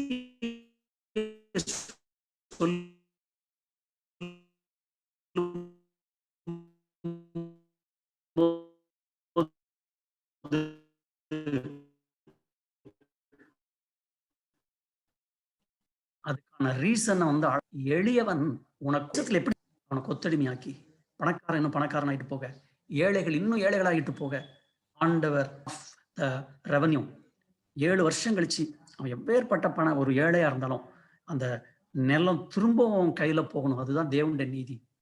அவனுடைய பணம் திரும்ப அவன் கையில போகணும். அதுதான் தேவன் கற்றுக் கொடுக்கிற நீதி நியாயங்கள். நீ அவனை கொத்தடிமையா மாத்தாத. அவன் பிழைக்கிறதுக்கு நீ செய்ய வேண்டியதை செய். ஏன் உன் தேசத்துல ஏழைகள்னு இருக்கக்கூடாது. இன்று நான் உனக்கு கற்பிக்கிற எல்லா கற்பனைகளின்படியும் நீ செய்யும்படி உன் தேவனாகிய கர்த்தரின் சத்தத்துக்கு கவனமாய் செவி கொடுப்பாயானால், கண்டிஷன் நல்லா கவனிங்க, உன் தேவனாய் கர்த்தர் உனக்கு சுதந்திரிக்கும்படி தேசத்தில் உன்னை மேன்மேலும் ஆசீர்வதிப்பார். பொதுவா தேவனுடைய நீதி நியாயங்களை கை கொண்டு அதனால் வருகிற தேவனுடைய இந்த ஆசீர்வாதம் நமக்கு பலிக்குமா? இல்ல மேலே இந்த ப்ளூ கலர்லயும் ரெட் கலர்லயும் ஆண்டவர் சொல்லிக்கிற கண்டிஷன்ஸ் எல்லாம் விட்டுட்டு அதை கிராப் பண்ணி இந்த கிரீன் கலர் உள்ள அந்த ஆசீர்வாதம் மட்டும் கிராப் பண்ணி வீட்டுல மாட்டினா ஆசீர்வாதம் வருமா? இன்றைக்கு ஆசீர்வாதம் அப்படிங்கிறது எல்லாம் நமக்கு எல்லாம் பிடிக்கும். But it is a conditional blessing associated, completely interlinked with fear of God and practicing God's justice. எளியவன் உனக்குள்ள இருக்கக்கூடாது. அப்படி இருக்கு அப்படின்னு சொன்னா எங்கேயோ ப்ராப்ளம், எங்கேயோ ஃபியர் ஆஃப் காட் இல்லாம எங்கேயோ சுயநலமும் கர்வமும் ஒட்டி இருக்கு. ஆண்டவர் அதை சொல்றாரு, நீ உன்னை நான் ஆசீர்வதிக்கணும்னு சொன்னா உனக்குள்ள எளியவன் இல்லாதபடிக்கு நீ கர்த்தருக்கு பயந்து உன் சகோதரனை பிழைக்கும்படி நீ செய்வாயாக. ஆண்டவர் சொல்றார். அப்போ கர்த்தருக்கு பயப்படுதலும் அதனோடு கூட உள்ள இந்த ஆசீர்வாதங்களை கண்டிஷனா தான் ஆண்டவர் சொல்லியிருக்கிறார் என்பதை நம்மளால அழகாக புரிந்து கொள்ள முடியும். உபாகமம் 15ஆம் அதிகாரம் 6ஆம் வசனத்தை என்னோடு கூட பாருங்கள். இதுவும் பொதுவாக எல்லா வீடுகளிலேயும் காணப்படுகிற ஒரு ரொம்ப பிரியமான ஒரு ஆசீர்வாதமான வார்த்தை. அநேகர் ரொம்ப கிளைம் பண்ற ஒரு வார்த்தை. உன் தேவனாகிய கர்த்தர் உனக்கு சொன்னபடி உன்னை ஆசீர்வதிப்பதினால், இந்த இடத்துல நல்லா கவனிங்க. கர்த்தர் உனக்கு சொன்னபடி உன்னை ஆண்டவர் சொன்னது பிரகாரம் வந்தாதான் இந்த இது வருது ஆசீர்வாதம். சொன்னபடி உன்னை ஆசீர்வதிப்பதினால் நீ அநேகம் ஜாதிகளுக்கு கடன் கொடுப்பாய், நீயோ கடன் வாங்குவதில்லை. நீ அநேகம் ஜாதிகளை ஆளுவாய், உன்னை அவர்கள் ஆளுவதில்லை. இது வந்து ஒரு பிளஸ்ஸிங். ஆனால் இந்த பிளஸ்ஸிங் நம்முடைய வாழ்க்கையில பலிக்கணும்னு சொன்னா அதோடு இணைந்திருக்கிற கர்த்தருக்கு பயப்படுகிற பயமும் கர்த்தருடைய நீதி நியாயங்களே நம்ம வந்து விட்டுறக்கூடாது. அப்போ இந்த ஆசீர்வாதத்தை சொல்லிட்டு அதுக்கு முன்னையும் பின்னையும் ஆண்டவர் தன்னுடைய நீதி நியாயங்களை அழகா சொல்லுகிறார். அதை நம்ம வந்து கவனிக்க தவறக்கூடாது. அப்போ இந்த 6ஆம் வசனத்துல பிளஸ்ஸிங்க சொல்லிவிட்டு 7-8ல தொடர்ந்து அவர் சொல்றாரு பாருங்க. உன் தேவனாகிய கர்த்தர் உனக்கு கொடுக்கும் தேசத்தின் எந்த வாசலில் உன் சகோதரில் எளியவனாகிய ஒருவன் இருந்தால், கொஞ்சம் நல்லா யோசித்து பாருங்க, இருந்தால் எளியவனாகிய உன் சகோதரனுக்கு உன் இருதயத்தை நீ கடினமாக்காமலும் உன் கையை மூடாமலும் அவனுக்கு உன் கையை தாராளமாய் திறந்து அவனுடைய அவசரத்து நிமித்தம் அவனுக்கு தேவையானதை கடன் கொடுப்பாயாக. இன்னைக்கு இந்த டிஸ்கஷன் இந்த கிளாஸ் முடிஞ்சோடனே நம்ம எல்லாரும் ஓப்பன் டிஸ்கஷன் வைக்க போறோம். ஆண்டவர் வந்து அழகா சொல்லியிருக்கிறார் நீதி நியாயங்களை. அதை கை கொள்ள முடியுமா முடியாதா, எப்படி பண்ணலாம், அதை வந்து நம்ம தான் டிசைட் பண்ணணும். நம்ம டிஸ்கஸ் பண்ணி பண்ண போறோம். அப்ப ஆண்டவர் சொல்லாரு, நீ தாராளமா உன் கையை திறந்து நீ கொடு அப்படிங்கிறார். உடனே கேட்கலாம், இப்படி கேட்கறவங்க எல்லாம் கொடுத்துட்டு இருந்தா நான் ஏழையாய் போயிடமாயிட்டேனா? ஒரு நல்ல கேள்வி. பதில் நம்ம தான் சொல்லணும். ஆண்டவருடைய எல்லா வார்த்தைகளையும் நம்ம பார்த்த பிறகு நம்ம சொல்ல வேண்டிய பதில். யூபிலி வருஷம் வருதுன்னு நினைச்சு ரொம்ப கன்னிங்கா நீ பிஹேவ் பண்ணாத. உபாகமம் 15ஆம் அதிகாரம் 9ஆம் வசனத்துல ஆண்டவர் சொல்லாரு, விடுதலை வருஷமாகிய 7ஆம் வருஷம் கிட்டி இருக்கிறது என்று சொல்லி உன் இருதயத்திலே பொல்லாத நினைவு கொண்டு. நம்ம நினைக்கலாம் ஸ்மார்ட்டா நான் பிஹேவ் பண்ணிட்டேன், யூபிலி வருஷம் வரதுனால சீப்பா வித்தாலாட்ட ஏமாத்துறேன் அப்படின்னு. உலகம் வந்து சொல்லலாம் அவர்கள் தங்களுக்கு தானே ஞானிகள், வந்து ஸ்மார்ட் பிஹேவியர் நினைக்கலாம். பட் ஆண்டவர் சொல்லுகிற வார்த்தை, உன் இருதயத்திலே பொல்லாத நினைவு கொண்டு உன் ஏழை சகோதரனுக்கு கொடாமல் மறுத்து அவன் மேல் வன்கண் வைக்காதபடிக்கு அவன் உன்னை குறித்து கர்த்தர் நோக்கி அபயமிடாதபடிக்கும் எச்சரிக்கையாயிரு. அப்படி செய்வாயானால் அது உனக்கு பாவமா இருக்கும். We are talking about God's righteousness associated with fear of God. அப்ப ஏழைகளுக்கு தாராளமா கையை திறக்கும் பொழுது அந்த இடத்துல கொஞ்சம் கூட வந்து ஒரு ராங் மோட்டிவ், ஒரு கன்னிங் இது இருக்கக்கூடாது அப்படின்னு ஆண்டவர் விரும்புகிறார். அப்படி செய்யும் போதுதான் நான் சொன்னபடி வந்து நான் ஆசீர்வதிப்பேன்.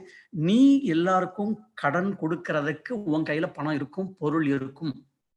என்னுடைய நீதியையும் என்னுடைய நியாயங்களையும் கை கொண்டா அவங்க எல்லாருக்கும் கொடுக்கிற அளவுக்கு உன் கையில இருக்கும்படி நான் உன்னை ஆசீர்வதிப்பேன். அதான் ஆண்டவர் சொல்ற வர்றது.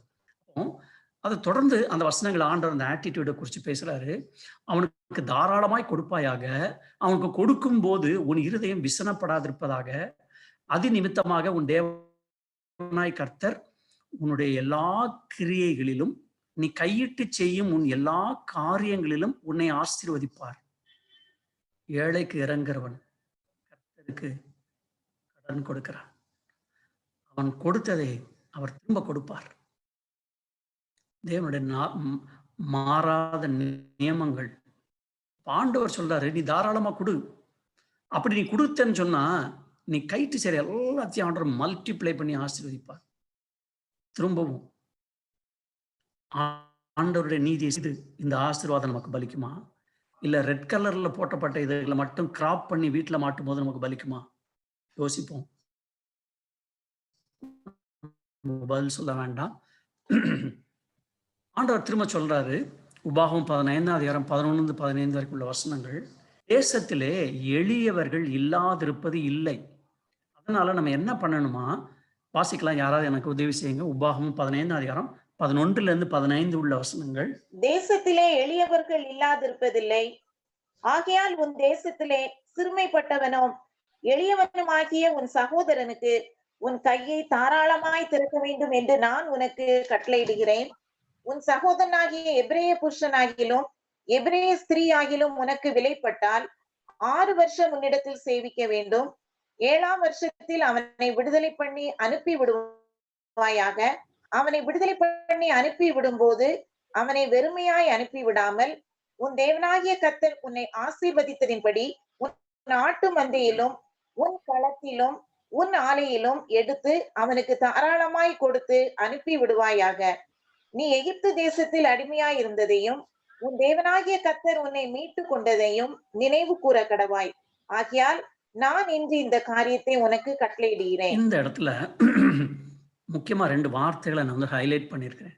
ஆண்டவர் வந்து இதை ஆலோசனையா சொல்லல. உன்னால் முடிஞ்சா பாரு, இதையும் செய்யும்படி உனக்கு புத்தி சொல்லுகிறேன். பவுல்லாம் சொல்லுவாரு, சில இடங்களில் உங்களை வேலைப்படுத்துகிறேன், சில இடங்களில் புத்தி சொல்லுகிறேன் பாரு. ஆனா இந்த இடத்துல அதே பவுல் சொல்லுவார், நான் உனக்கு வந்து கட்டளை கொடுக்கிறேன்னு சொல்லுவார். இந்த இடத்துல ஆண்டவர் வந்து இஸ்ரவேல் ஜனங்களை பார்த்து அட்வைஸ் பண்ணல. ஆண்டவர் சொல்லாரு, நான் உனக்கு கட்டளை இடுகிறேன், நான் உனக்கு கட்டளை இடுகிறேன். It is not an option. ஆண்டவர் தன்னுடைய ஜனங்களை ஆசீர்வதிக்கிறதுக்கு தன்னுடைய நீதி நியாயங்களை சொல்லும் பொழுது 7ஆம் வருஷம் வந்து அவன் போட்டும், ஆனா வெறுமையா அனுப்பாத, உன்கிட்ட என்ன இருக்குதோ நல்லா பாருங்க, அவனை வெறுமையாய் அனுப்பாமல் உன் தேவனாய் கர்த்தர் உன்னை ஆசீர்வாதத்தின் அளவின்படி உன் ஆட்டு மந்தையிலும் உன் களத்திலும் உன் ஆலையிலும் இருந்து இருக்கிறத நீ கொடு. இதுதான் ஆண்டவருக்கு எதிர்பார்க்கிறது. அப்படியே ஆஸ்தியவே அவர் கொடுக்க சொல்லல. உன்னால எது முடியுதோ, உன்கிட்ட என்ன இருக்குதோ, உனக்குன்னு ஆண்டவர் கொடுத்ததுல இருந்து நீ கொடுத்து அனுப்பு, வெறுங்கையா அனுப்பாத. இன்னைக்கு உலகத்து மனுஷங்கள் இருந்து ஆண்டவர் சொன்னாரு, நீ எகிப்தின்படி செய்யாத, கானான் தேசத்தின்படி செய்யாத.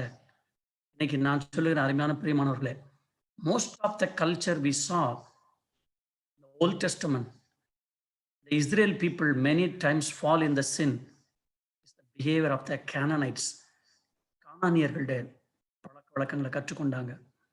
பாகாலிசம், பாகால் தேவனை வணங்கி அதோடு சம்பந்தப்பட்டவங்க எல்லாத்தையும் கற்றுக்கொண்டாங்க. ஈஸியா ஞாபகம் வச்சுக்கிறதுக்கு 3 I. What is the sin of Israel? Injustice, immorality, idolatry. இதை 3 தான் அவங்க கற்றுக்கிட்டாங்க. இதெல்லாம் ஒன்னோட ஒன்று inter related. when you worship an idol, the same immorality and the injustice will follow you. இதை இஸ்ரவேல் ஜனங்கள் பின்பற்றி அந்த பலனை அனுபவிச்சாங்க. அப்போ யோபு அவரை குறித்து ஆண்டவர் அழகான ஒரு சாட்சி சொன்னா நம்ம எல்லாருக்கும் தெரியும். The lifestyle of Job in the Old Testament and God's testimony about him. அவனை குறித்து ஆண்டவர் சொல்றாரு, உத்தமனும் என் தாசனாக யோபி மேல் கவனம் வைத்தாயோ, உத்தமனும் சன்மார்க்கனும் தேவனுக்கு பயந்து பொல்லாப்புக்கு விலகுறவனுமாகிய அவனை போல பூமியில் ஒருவனும் இல்லை. எதை வச்சு ஆண்டவர் யோபு வந்து தேவனுக்கு பயந்தவன் அப்படின்னு சொல்றாரு? பின்பாக யோபு தன்னுடைய குணாதிசயத்தை அவர் வாயில சொல்றாரு பாருங்க. யோபு 31ஆம் அதிகாரம் 13 இருந்து உள்ள வசனங்களே சிலதை ஹைலைட் பண்ணி நான் உங்களுக்கு காட்டியிருக்கிறேங்க. என் வேலைக்காரனானாலும் என் வேலைக்காரியானாலும் என்னோட வழக்காடும் போது அவர்கள் நியாயத்தை நான் அசட்டை பண்ணி இருந்தால், தேவன் எழும்பும் போது நான் என்ன செய்வேன்? அவர் விசாரிக்கும் பொழுது நான் அவருக்கு என்ன மறு உத்தரவு சொல்லுவேன்? தாயின் கர்ப்பத்தில் என்னை உண்டு பண்ணினவர் அவனை உண்டு பண்ணினார் அல்லவோ, ஒரே விதமாக கர்ப்பத்தில் எங்களை உருவாக்கினார் அல்லவோ. எளியவர்கள் வாஞ்சித்ததை நான் கொடாதிருந்து விதவைகளின் கண்களை பூத்து போக பண்ணி, தாய் தகப்பன் இல்லாத பிள்ளை என் ஆகாரத்தில் சாப்பிடாமல் நான் ஒருவனாய் சாப்பிட்டதுண்டோ? என் சிறு வயது முதல் அவன் தகப்பனத்தில் வளர்வது போல என்னுடைய வளர்ந்தான். This is God's justice. அப்ப இதைத்தான் கர்த்தருக்கு பயப்படுகிற பயம் என்று எண்ணி ஆண்டவர் யோபு பார்த்து சொல்லுகிறாரு. இன்னைக்கு வந்து எங்க நமக்கு சுப்பீரியாரிட்டி இருக்குதோ அங்க வந்து வாய்ஸ் ஃப்ரம் த லோ, கீழே இருந்து வருகிற அந்த கூக்குரலை எல்லாரும் இக்னோர் பண்ணிடுவாங்க. யோபு மாதிரி சொல்ல முடியுமா? நமக்கு கீழே ஆஃபீஸ்லயோ அத்தாரிட்டிலையோ டெசிக்னேஷன்லையோ லோயஸ்ட் பீப்புளுடைய அவங்களுடைய அந்த ஆதங்கம், அவங்களுடைய இதுகள் நமக்கு கேட்குதா? என் வேலைக்காரனாலும் வேலைக்காரியானாலும் என்னோட வழக்காடும் போது அவன் நியாயத்தை நான் அசட்டை பண்ணினது கிடையாதுங்கிறார் யோபு. அப்போ குருடர்களுக்கும் சப்பானிகளுக்கும் ஏழைகளுக்கும் நான் வந்து உதவி செய்து அவங்களுடைய இருதயத்திலிருந்து வர்ற அந்த திருப்தி என்னை புகழாதிருந்திருக்குதோ, திக்கற்றனுக்கு விரோதமாக என் கையை நீட்டினது உண்டானால் என் கைப்பட்டை தோளிலிருந்து சரிந்து என் புயத்தின் எலும்பு முறிந்து போவதாக. தேவன் ஆக்கினை இடுவார் என்றும் அவருடைய மகத்துவத்தை உத்தரிக்க கூடாது எனக்கும் பயங்கரமா இருந்தது. இந்த கஷ்டப்படுகிறவங்களை இக்னோர் பண்ணும் போது எனக்கு எவ்வளவு ஆக்கினை வரும்னு சொல்லி யோபு பயந்ததா சொல்றாரு. ஏன் இதெல்லாம் யோபு சொல்றாருன்னா, that is because of God's nature. தேவனுடைய குணாதிசயத்தை வேதத்துல பல இடங்களை நம்ம வாசிக்கிறோம். பார்க்கிற வேளையில சங்கீதம் 146 7-9 வரை பார்க்கும் பொழுது, ஒடுக்கப்படுகளுக்கு கர்த்தர் நீதியை நியாயத்தை செய்கிறார். அவர் ஒடுக்கப்பட்டவர்களுக்கு நியாயம் செய்கிறார். பசியா இருக்கிறவர்களுக்கு ஆகாரம் கொடுக்கிறார். கட்டுண்டலை விடுதலை ஆக்குகிறார். ஹைலைட்டை மட்டும் பாருங்க. மடங்கப்பட்டவர்களை தூக்கி விடுகிறார். பரதேசிகளை காப்பாற்றுகிறார். விதவைகளை திக்கட்ட பிள்ளைகளை ஆதரிக்கிறார். துன்மார்க்கனை கவுத்து போடுறார். God's nature. தேவனுடைய குணாதிசயம், தேவனுடைய நீதி, அது பிரகாரம் நம்முடைய ஆட்டிடியூட், நம்முடைய குணாதிசயத்தை மாற வேண்டும் என்று ஆண்டவர் விரும்புகிறார். அப்படி செய்யும் பொழுது அதுதான் கர்த்தருக்கு பயப்படுகிற. அப்போ நீங்க உலகத்தில் உள்ள பிஹேவியரை குறித்து சாலமோன் சொல்ல பாருங்க. நீதிமொழிகள் 23 அதிகாரம் 22 23 வசனம், 22 அதிகாரம் 22 23 வசனங்களையும் 23 11 அவர் அழகா சொல்ல பாருங்க. ஏழையா இருக்கிறாங்க, ஏழையை கொள்ளையிடாதே. That is worldly culture. News paper நம்ம வாசிக்கும் போது நீங்க பார்த்துருக்கீங்க, மதுரை ஹைகோர்ட் ஒரு கேள்வி கேட்டுறாங்க. 10,000 கோடி 1 லட்சம் கோடின்னு வாங்குறவன்ட்ட கடனை திரும்ப கேட்க மாட்டேங்கிறீங்க. ஒரு ஏழை விவசாயி டிராக்டர் வாங்கின கடன்ல கடைசியா 2 தவணை பாக்கிங்கிற போய் நீங்க டிராக்டரை சீஸ் பண்ணிட்டு வரீங்களே, இது என்ன நியாயம்? இன்றைக்கு இந்த உலகம் யார் ஏழையோ அவங்களை இன்னும் ஏழையாக்குறதுக்கு அவங்ககிட்ட தான் தங்களுடைய வீரத்தெல்லாம் காட்டும். சிறுமையானவனை நியாயஸ்தலத்திலே உபத்திரவப்படுத்தாதே. கர்த்தர் அவர்களுக்காக வழக்காடி அவர்களை கொள்ளையிடுடைய பிராணனை கொள்ளையிடுவார். அவனுக்கு ஒரு லாயரை ஹையர் பண்ணி சம்பளம் கொடுத்து அவங்களுக்காக பேச வைக்கிறதுக்கு அவனுக்கு இருக்காது. வீட்டில் போய் வானத்தை பார்த்து அண்ணாந்து அழுவான் ஆண்டவர்கிட்ட. கர்த்தர் அவனுக்காக வழக்காடி யார் அவங்கள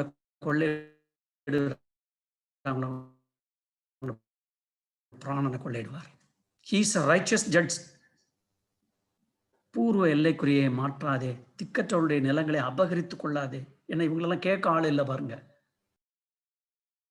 அவர்களுடைய மீட்பர் வல்லவர், அவர் உன்னோட அவர்களுக்காக வழக்காடுவார். இந்த ஜட்ஜை கோர்ட்ல பார்க்க முடியாது. அவர் ஜட்ஜ்மெண்ட் வந்த பிறகுதான் தெரியும். அவருடைய மீட்பர் வல்லவர். அந்த ஏழைகள், திக்கற்றவங்க, இப்படிப்பட்டவங்களை குறித்து நம்முடைய ஆட்டிடியூட், நம்முடைய டீலிங் எவ்வளவு கேர்ஃபுல்லா எவ்வளவு இருக்குன்னு சொல்லி பயம் நமக்கு இருக்க வேண்டாம். இந்த உலகம் நீதி உள்ள தேவனை அறியாததுனால தாங்கள் வணங்குகிற அந்த பாகாலிசத்தின்படிதான் அவங்க பிஹேவியர் பண்ணலாம்.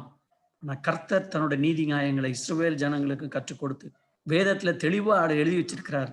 என் நீதி நியாயங்களை என் முறைகளின்படி நடப்பாயாக, நான் கர்த்தர். இன்னைக்கு கர்த்தர் நீதி உள்ள நியாயாதிபதி. அநியாயத்தினாலே தன் வீட்டையும் அக்கிரமத்தினாலே மேல அறைகளையும் கட்டுகிறவனுக்கு, தன்னுடைய வீட்டை கெட்டவனுக்கு, சும்மா சம்பளம் கொடுக்காம ஏமாத்துறவனுக்கு ஐயோ. நீ அழகா வீடு கட்டி கேதுரு மரங்களிலே உலாவுகிறபடினாலே நீ சுகமா ராஜா மாதிரி இருப்பாயோ. உன் தகப்பன் போஜனமானம் பண்ணி நீதியும் நியாயம் செய்த போது அவன் சுகமா வாழ்ந்திருக்கவில்லையோ. அவன் சிறுமையும் எளிமையுமான நியாயத்தை விசாரித்தான், அப்பொழுது சுகமாய் வாழ்ந்தான். இஸ்ரவேல்ல யூதாவில் எருசலேம் நகருடைய மக்களுடைய வாழ்க்கையை குறித்து ஆண்டவர் பேசுகிறார். அப்படி செய்வதல்லவோ என்னை அறிகிற அறிவு என்று கர்த்தர் சொல்லுகிறார். At one point of time, Jerusalem was the gross point of injustice. ஏழைகளை ஒடுக்கிற காலம். அப்பொழுதுதான் ஆண்டவர்கள் பாபிலோனுக்கு அவர்கள் சிறைப்பட்டு போக அனுமதிக்கிறார். மீகாவை வச்சு ஆண்டவர் சொல்றாரு, மனுஷனே, நன்மை இன்னதென்று அவர் உனக்கு அறிவித்திருக்கிறார். நியாயம் செய்து இரக்கத்தை சிநேகித்து உன் தேவனுக்கு முன்பாக மனத்தாழ்மையாய் பயப்படுறத சொல்றாரு. உன் தேவனுக்கு முன்பாக மனத்தாழ்மையாய் நடப்பதை அல்லாமல் வேற எண்ணத்தை உன்னிடத்தில் கேட்கிறார். ஆண்டவருடைய நீதி நியாயங்களை தெரிந்து கொண்டு அதை அபியாசிக்கிறத விட்டு வேற என்ன கேட்கிறேன் உன்ட்ட? புதிய ஏற்பாட்டில் அதுக்கு இணையான உபதேசத்தை யாக்கோபு அழகா சொல்கிறார். திக்கற்ற பிள்ளைகளும் விதவைகளும் படுகிற உபத்திரவத்தில் அவர்களை விசாரிக்கிறதும் உலகத்தால் கரைபடாதபடிக்கு தன்னை காத்து கொள்ளுகிறதுமே பிதாவாகிய தேவனுக்கு முன்பாக மாசில்லாத பக்தியா இருக்கிறது, பயபக்தியா இருக்கிறது. இன்னைக்கு தேவனுடைய நீதி நியாயங்களை குறித்தும் தேவனுக்கு பயப்படுகிறதுனா என்ன என்பதை குறித்து நம்ம படித்துக் கொண்டிருக்கிறோம். ஓகே, நம்ம நேர வரலாம். How to practice God's justice. அப்ப தேவனுடைய நீதி நியாயங்கள் நமக்கு புரியுதுன்னு சொன்னா நம்முடைய வாழ்க்கையில எப்படி அபியாசிக்கலாம்? இன்னைக்கு இதை நானே சொல்றதை விட நம்ம எல்லாரும் டிஸ்கஸ் பண்ணி நம்ம செய்தா நல்லா இருக்கும்னு நான் நினைக்கிறேன். ஒரு ஆலோசனை இஸ்ரவேல் ஜனங்கள்ட்ட ஆண்டவர் சொன்னதை மட்டும் நான் எடுக்கிறேன். நம்ம நிறைய உண்டு, ஒண்ணு மட்டும் நம்ம எடுத்துக்கலாம். எரேமியா 21:12 உள்ள ஒரு பாயிண்ட்ஸை மட்டும் நம்ம எடுக்கலாம். தாவீதின் குடும்பத்தாரே, உங்கள் செய்கைகளுடைய பொல்லாப்பின் நிமித்தம் என் உக்கிரம் அக்கினியை போல புறப்பட்டு அவிக்கிறவன் இல்லாமல் எரியாதபடிக்கு நீங்கள் ஏற்கனவே நியாயம் கேட்டு பறி கொடுத்தவனை ஒடுக்கிறவனுடைய கைக்கு தப்புவீங்கள். நீதி கிடைக்காம சொத்தெல்லாம் இழந்து எல்லாத்தையும் போய் ஒடுக்கிறவனுக்கு கீழே மாட்டி கஷ்டப்படுறான்ல, அவனை பறி கொடுத்தவனை ஒடுக்கிறவனுடைய கைக்கு நீ தப்புச்சு விடு. இது ஆண்டவர் சொன்ன ஒரு ஆலோசனை. அவங்க கேட்கல, அவங்க எல்லாருமே பலன் அனுபவிச்சாங்க. இந்த ஒரு காரியத்தை மட்டும் நம்ம பார்க்கலாம். இன்னைக்கு இந்தியாவில் நம்ம பார்ப்போம், பான் புரோக்கர்ஸ், ஏழை எளியவர்களுடைய எல்லா சொத்துக்களும் சுருட்டப்படுகிற இடம்தான் இது.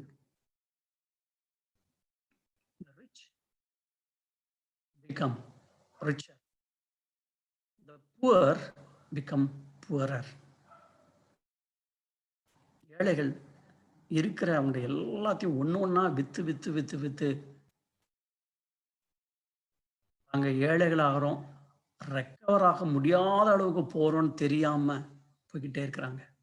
பிள்ளைகளுடைய படிப்பா இருக்கலாம், பல்வேறு காரியங்களா இருக்கலாம்.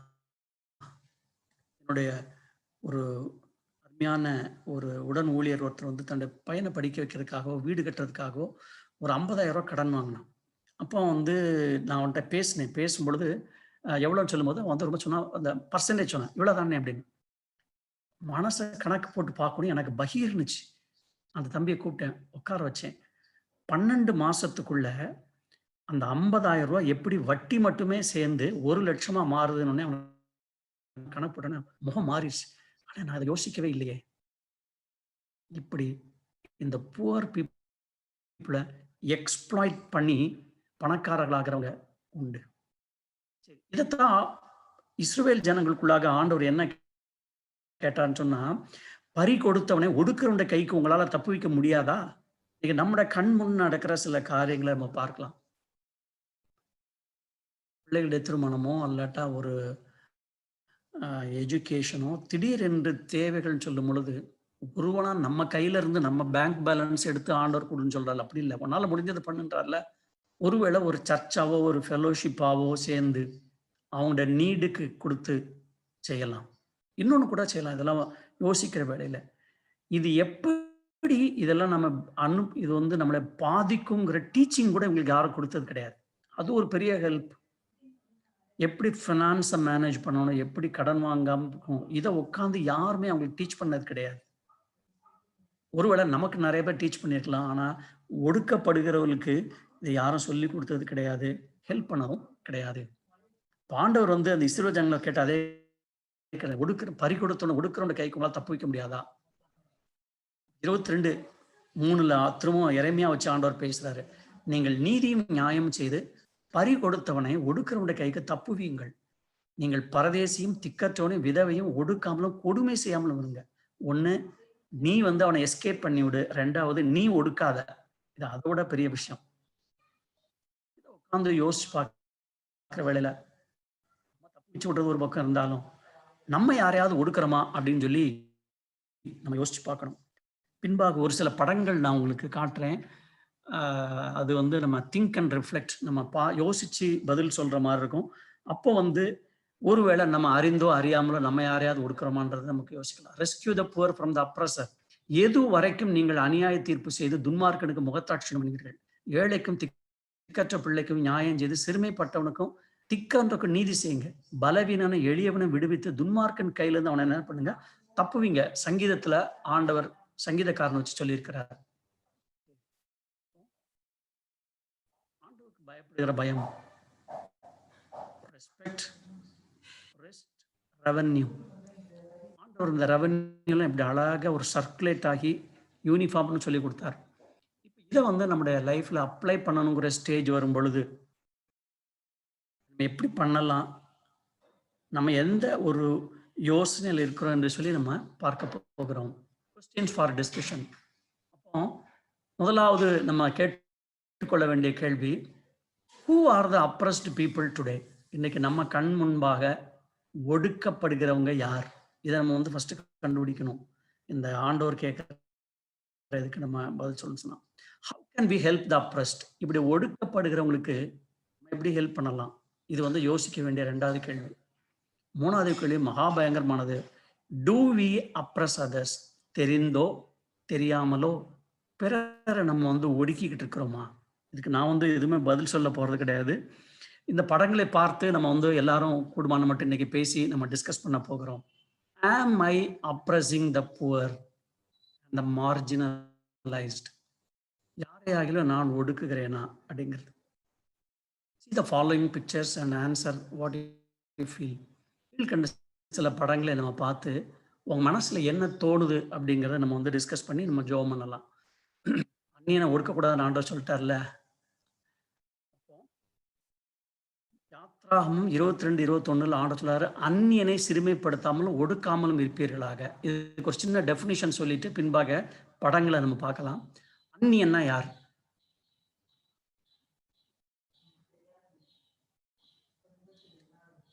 அந்நியன் அப்படின்னு சொல்லும் பொழுது எ ஃபாரினர், தமிழ்ல வந்து பரதேசி அப்படின்னு கூட இருக்கு. அப்போ இதை எழுதப்படுகிற நாட்கள்ல ஆண்டவர் மீன் பண்ணது என்னதுன்னு சொன்னா, தனக்குன்னு சொந்த நிலம் இல்லாமல் உங்க மத்தியில பிழைக்கிறதுக்காக வந்திருக்கான்ல, அவனை தான் அந்நியன் அப்படின்னு சொல்லி ஆண்டவர் இஸ்ரவேல் ஜனங்களுக்கு சொல்லி கொடுத்தார். அவனை நீங்க ஒடுக்காதீங்க. ஏன்னு சொன்னா அவனுக்கு வந்து பிழைக்கிறதுக்குன்னு சொந்த நிலம் கிடையாது. அப்போ அந்நியன் சொன்ன உடனே இதை முதல்ல வாசிக்கும் பொழுது என் மனதில் வந்தது, நீங்க பார்க்கிற இந்த ஒரு படம் வந்து புரஷவாக்கத்தில் உள்ள ஒரு ஃப்ரூட் ஸ்டால். 1989 பழம் வாங்குறதுக்காக நானும் என்னுடைய அண்ணனும் வந்து பழக்கடைக்கு போய் ரொம்ப ஆசையா ஒரு ஷைனிங்கா இருக்கிற ஒரு ஆப்பிளை காட்டி ஒரு கிலோ வேணும் அப்படின்னும். அந்த டைம்ல எனக்கு ஞாபகம் இருக்கும், மேபி நான் சொல்றது அத்தனை வருஷத்துக்கு முன்பாக 60 ரூபாயோ 80 ரூபாயோ அப்படின்னு சொன்னான். எங்களுக்கு பயங்கர ஷாக். ஏன்னா அந்த டைம்ல எங்க 2 பேரும் சேர்ந்து 1 கிலோ வாங்க முடியல. அப்படியே தகச்சு நிற்கும் பொழுது பக்கத்துல ஒரு கார் வந்து நின்னுச்சு. அதுல இருந்து ஒரு ஷேட்டு மார்வாடி இறங்கி வந்தார். அவர் கேட்டாரு, ஓ ஆப்பிள் பா கிச்சனான்னாங்க. அவன் வந்து ஒரு இதை சொன்னான், ஓகே 5 பாக்ஸ் எடுத்து கார்ல வை அப்படின்னு. எங்களை வந்து ஒரு பூச்சியை பார்க்குற மாதிரி பார்த்துட்டு 5 பாக்ஸ் ஆப்பிள் எடுத்து அடுக்கணும். அப்போ யோசிச்சு பார்த்தோம், அவங்க பிழைக்க வந்தவங்கன்னா அவங்களுக்கு வந்து தமிழ்நாட்டில் வந்து பிழைக்க வந்தவங்கல்ல. அப்போ எனக்கு இந்த வசனத்தின் அர்த்தம் என்ன, அந்நியனை ஒடுக்காதுன்னு சொன்னா சோர்ஸ் ஆஃப் இன்கம் வச்சுதான் நம்ம வந்து புரிஞ்சுக்கணும். இன்னைக்கு வந்து தமிழ்நாட்டுக்குள்ள வந்து லேண்டு வாங்கி ஹார்ட் ஆஃப் த சிட்டியில இடம் வச்சுக்கொண்டு தங்கம் பிஸ்னஸோ வைத்துக்கொண்டு இங்க உள்ளவங்கள ஒடுக்கிக்கிட்டு தே ஆர் லிவிங். அப்போ பழைய ஏற்பாட்டில் ஆண்டவர் வந்து நிலங்கள் மட்டும் இருந்ததுனால அந்நியர்கள் என்று ஆண்டவர் சொல்லும் பொழுது, அன்றைக்கு இருந்த source of income only the land. இன்னைக்கு வந்து சோர்ஸ் ஆஃப் இன்கம் பல இது இருக்கு. அப்போ இந்த வசனத்தை நம்ம எப்படி இன்டர்பிரேட் பண்ணணும்னு சொன்னா, based on the economic status and source of income. யாருக்கு வந்து சம்பாத்தியமும் பிழைப்பதற்கான வருமானமும் ரொம்ப குறைவா இருக்குதோ அவங்கள ஒடுக்காத, அதுதான் அந்நியனை ஒடுக்காதாக அப்படின்னு அர்த்தம். அப்ப இந்த ஆப்பிள் கடையில இருந்து ஒரு பெரிய பாடத்தை கற்றுக்கொண்டோம். பின்பாக இந்த வசனங்கள் போல ஆண்டவருடைய நீதி நியாயங்களை எப்படி கற்றுக்கொள்றது, நம்ம யாரை ஒடுக்கிறோம் யாரை ஒடுக்கக்கூடாது. அப்போ ஆண்டவர் தெளிவா சொல்லும் போது என்னுடைய நீதி நியாயங்கள் படி ஒடுக்காதீங்க அப்படின்னு சொல்லி ஆண்டவர் சொல்லிட்டார் இல்லையா. இன்றைக்கு இப்படிப்பட்ட பிளாட்ஃபார்ம் வெண்டர்ஸை கொஞ்சம் யோசிச்சு பாருங்க. இங்க ஒருத்தர் கொஞ்சம் கூடையில மாம்பழம், கொஞ்சம் நவாப்பழம், இந்த அம்மா ஒரு 5, 6 ஒரு அப்பளத்தை வறுத்து வச்சுட்டு உட்காந்துருக்கு. இன்னைக்கு நம்ம பெரிய எக்கனாமிக்ஸ்ட் மாதிரி இவங்களை கொஞ்சம் கணக்கு போட்டு பாருங்க. இந்த அம்மாக்கு நான் அவ்வளவு அப்பளம் வித்தா என்ன காசு கிடைக்கும்? உங்களோட சோர்ஸ் ஆஃப் இன்கம் யாரு? இதை யார் வாங்குவா? இன்னைக்கு இந்த நவாப்பழத்துக்காரன் பக்கத்துல ஒரு ஆளுமே இல்லை வாங்குறதுக்கு. இப்படி இவங்ககிட்ட யாருமே வாங்காமலே போனா இவங்கள்ட்ட விளைஞ்சு கொண்டு வந்து பிளாட்ஃபார்ம்ல வித்த இவங்க என்ன ஆவாங்க? ஒரு cobbler. Can you imagine their daily income? இவர் ஒரு நாளுக்கு எத்தனை பேருக்கு செருப்பு தச்சு கொண்டு போய் எவ்வளவு வீட்டுக்கு கொண்டு போவாரு? அவர் கொண்டு போற அந்த வருமானத்தை வச்சு செருப்புக்கு பாலிஷ், பிரஷ்ஷு, மற்ற எல்லா பொருள்கள், மூலப்பொருட்கள் போக அவருக்கு மீதி அதில் எவ்வளவு தேரும்? ஆண்டவர் சொல்லும் போது சொல்றாரு, உன் சகோதரன் பிழைக்கும்படி செய்வாயாக. இன்னைக்கு நம்ம ஆள்க பார்கெயின் பண்றதெல்லாம் இவங்ககிட்ட தான் பண்ணுவாங்க. ஒரு செருப்புக்கு, ஷூக்கு பாலிஷ் போடுறதுக்கு 30 ரூபா அப்படின்னா 20 ரூபாய்க்கு போடுறியா அப்படிம்பாங்க. இன்னைக்கு அவர் ஏதோ பேண்ட்ல வேற எதுல உள்ள ஜிப்பை வந்து சரி பண்ணிட்டு இருக்கிறாரு. இதை சரி பண்ணி முடிச்சோன்னே இவருக்கு எவ்வளவு பெரிய கூலியை கொடுத்துருவாங்கன்னு நம்ம நினைக்கலாம், எதிர்பார்க்கலாம். தேவனுடைய நீதியையும் தேவனுடைய நீதி நியாயங்களையும் குறித்து நான் பேசிக்கொண்டிருக்கிறேன். சொல்றாரு, உன் தேவனுக்கு பயந்து உன் சகோதரன் உன்னோட பிழைக்கும்படி செய்வாயாக. அவன் பிழைக்கிறபடி நீ ஆட்டிடியூடு இரு.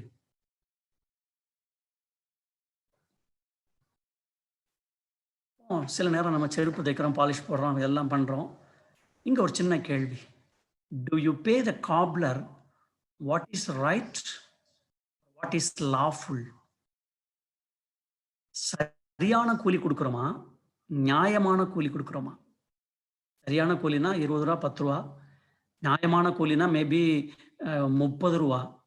ஆனா இதையும் மிஞ்சி ஆண்டவர் வந்து நமக்கு சொல்லி கொடுத்தபடி யோசிக்கணும்.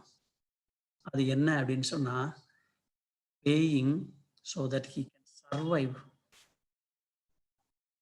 ஐயா, இன்னைக்கு வந்து இந்த காஸ்ட் ஆஃப் லிவிங்லாம் ரொம்ப ஏறிடுச்சுங்கய்யா, அதனால நீங்க 30 ரூபா தான் கேட்குறீங்க, நாங்கள் வச்சுக்கோங்க 50 ரூபா அப்படின்னு என்னைக்காவது கொடுத்துருக்கோமா? நமக்கு மட்டும் இன்க்ரிமெண்ட் மேல இன்க்ரிமெண்ட் ஏறிக்கிட்டே போகணும், இல்லைன்னா ஸ்ட்ரைக் பண்ணுவாங்க, எல்லாம் பண்ணுவாங்க. ஆனா இப்படிப்பட்ட கூலி ஆள்கள், அவங்க மூலப்பொருட்கள் போய் அவங்களுக்கு என்ன மிஞ்சும்? நம்முடைய கேள்வி, சரியானதை கொடுக்கிறோமா, நியாயமானதை கொடுக்கிறோமா, பிழைக்கும்படியாக நம்ம கொடுக்கிறோமா? இன்னைக்கு சென்னையில சில இடங்கள்ல பாத்தீங்கன்னா செருப்பையும் ஷூவையும் தூக்கிட்டு இங்க ஒருத்தர் செருப்பு தைக்கிறவர் இருந்தாரு, எங்க போனாருன்னு கேட்டுட்டு இருப்பாங்க. அவர் எப்படிங்க இருப்பாரு? நீங்க பிழைக்கிற அளவுக்கு அவருக்கு கூலி கொடுத்தீங்க?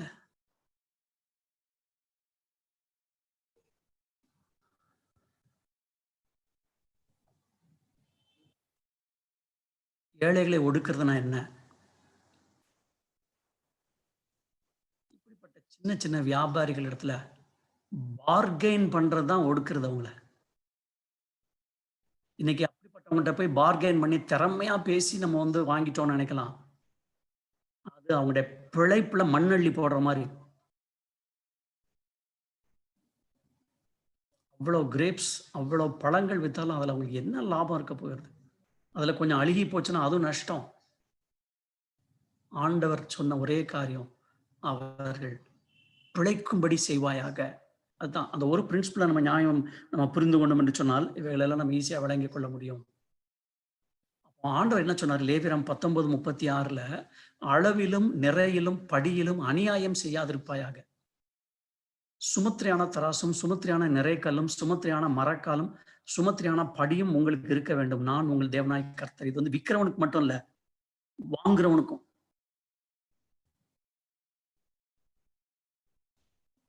பூக்காரமா இந்த கூடையில இருக்கிற அவ்வளோத்தையும் வித்தாலும் அந்த அம்மாக்கு என்ன வந்துடும்? அதை கொண்டு அவங்க வீட்டில் போய் அவங்க பிழைக்க முடியுமா?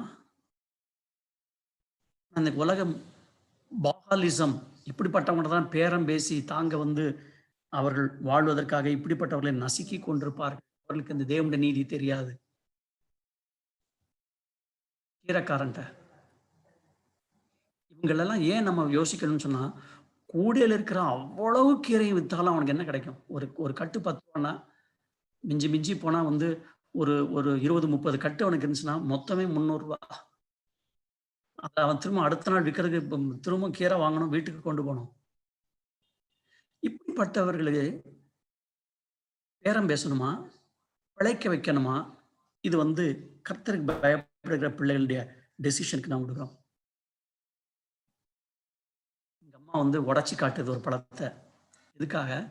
வாங்குறவங்க வந்து உள்ள அழுகிருக்கா இல்லையான்னு பார்த்து எனக்கு எல்லாம் வெட்டி உடைச்சு காத்தான்னு. Why not to bear the loss? விக்கிறவன் தான் அந்த அவ்வளவு லாஸையும் பேர் பண்ணணுமா? இன்னைக்கு இந்த உலகம் இப்படிப்பட்டவர்களே ஏற்கனவே ஒடுக்கப்பட்டவர்களை எப்படி ஒடுக்கி கொண்டிருக்குங்கிறத நம்ம யோசிக்கிறதுக்காக சில காரியங்களை நான் உங்களுக்கு சொல்லுகிறேன். இங்கே ஒருத்தர் உட்கார்ந்து தக்காளி பொறுக்கிட்டு இருக்கார். நன்றா யோசிக்க தெரிஞ்சாரா ஒருத்தர் எனக்கு சொல்லுங்க. இவர் ஏன் தக்காளி பொறுக்கிறாரு?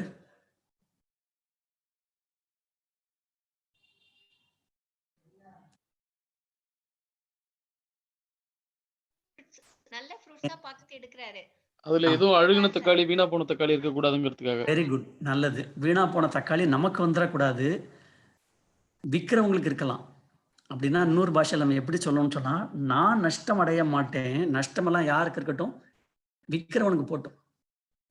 இந்த தாத்தா இவ்வளவு தக்காளி விற்கும் பொழுது அந்த லாஸ் எல்லாமே வந்து அந்த விற்கிறவனுக்கு போகிற இது வந்து ஒரு ஆட்டிடியூட். ஸோ இதெல்லாம் பார்க்கும் பொழுது why not to bear the loss? ஒருவேளை இந்த நம்ம பக்கம் வந்தா தான் அதுல வர்ற சின்ன மார்ஜின் தான் அவங்களுக்கு போகலாம். நான் யோசிக்கிறதுக்காக நான் சொல்றேன். இங்க ஒரு சென்ட்ரல் கவர்மெண்ட் ரிட்டையர்டு ஆஃபீஸர் உட்காந்து கத்திரிக்காய் பொறுக்கி போட்டுட்டு இருக்கிறார். இதை கொஞ்சம் நல்லா கூர்ந்து கவனிச்சு பார்த்தீங்கன்னா, எடை கல்லு ஏற்கனவே மேல போயிடுச்சு, கத்திரிக்காய் கீழே வந்துருச்சு, இன்னும் அவர் நிறுத்தல, பொறுக்கி போட்டுக்கிட்டே இருக்கிறார். ஆண்டவர் சொல்லாத, நிறையிலும் படியிலும் நீ ஏமாத்தாத. விற்கிறவனுக்கு மட்டும் இல்லை, வாங்குறவங்களுக்கும். இன்றைக்கு இப்படிப்பட்ட ஒரு உலகத்துல தான் இந்த வெஜிடபிள் எல்லாம் அவர் வித்தா தான் அவருடைய விளைப்புக்கு அதுல இருந்தா ஒரு லாபம் பார்த்து வீட்டுக்கு போகணும். இவருடைய ரிட்டையர்மெண்ட் வர பென்ஷன்ல பாதி கூட அந்த மனுஷனுக்கு வந்து அவன் பிழைப்புக்கு இருக்காது. யோசிக்கும்படியாக சொல்லுகிறேன். Do you allow them to choose what is right for you? நீயா எடுத்து போடுப்பா நம்ம என்னைக்காக சொல்லியிருக்கிறோமா? இன்னைக்கு தேவன் சொல்லாரு, அவன் பிழைக்கும்படி நீ செய்வாயாக. ஒரு 10 எலுமிச்சம்பழம்னு சொல்லும் போது 12 கொடுக்குறியா?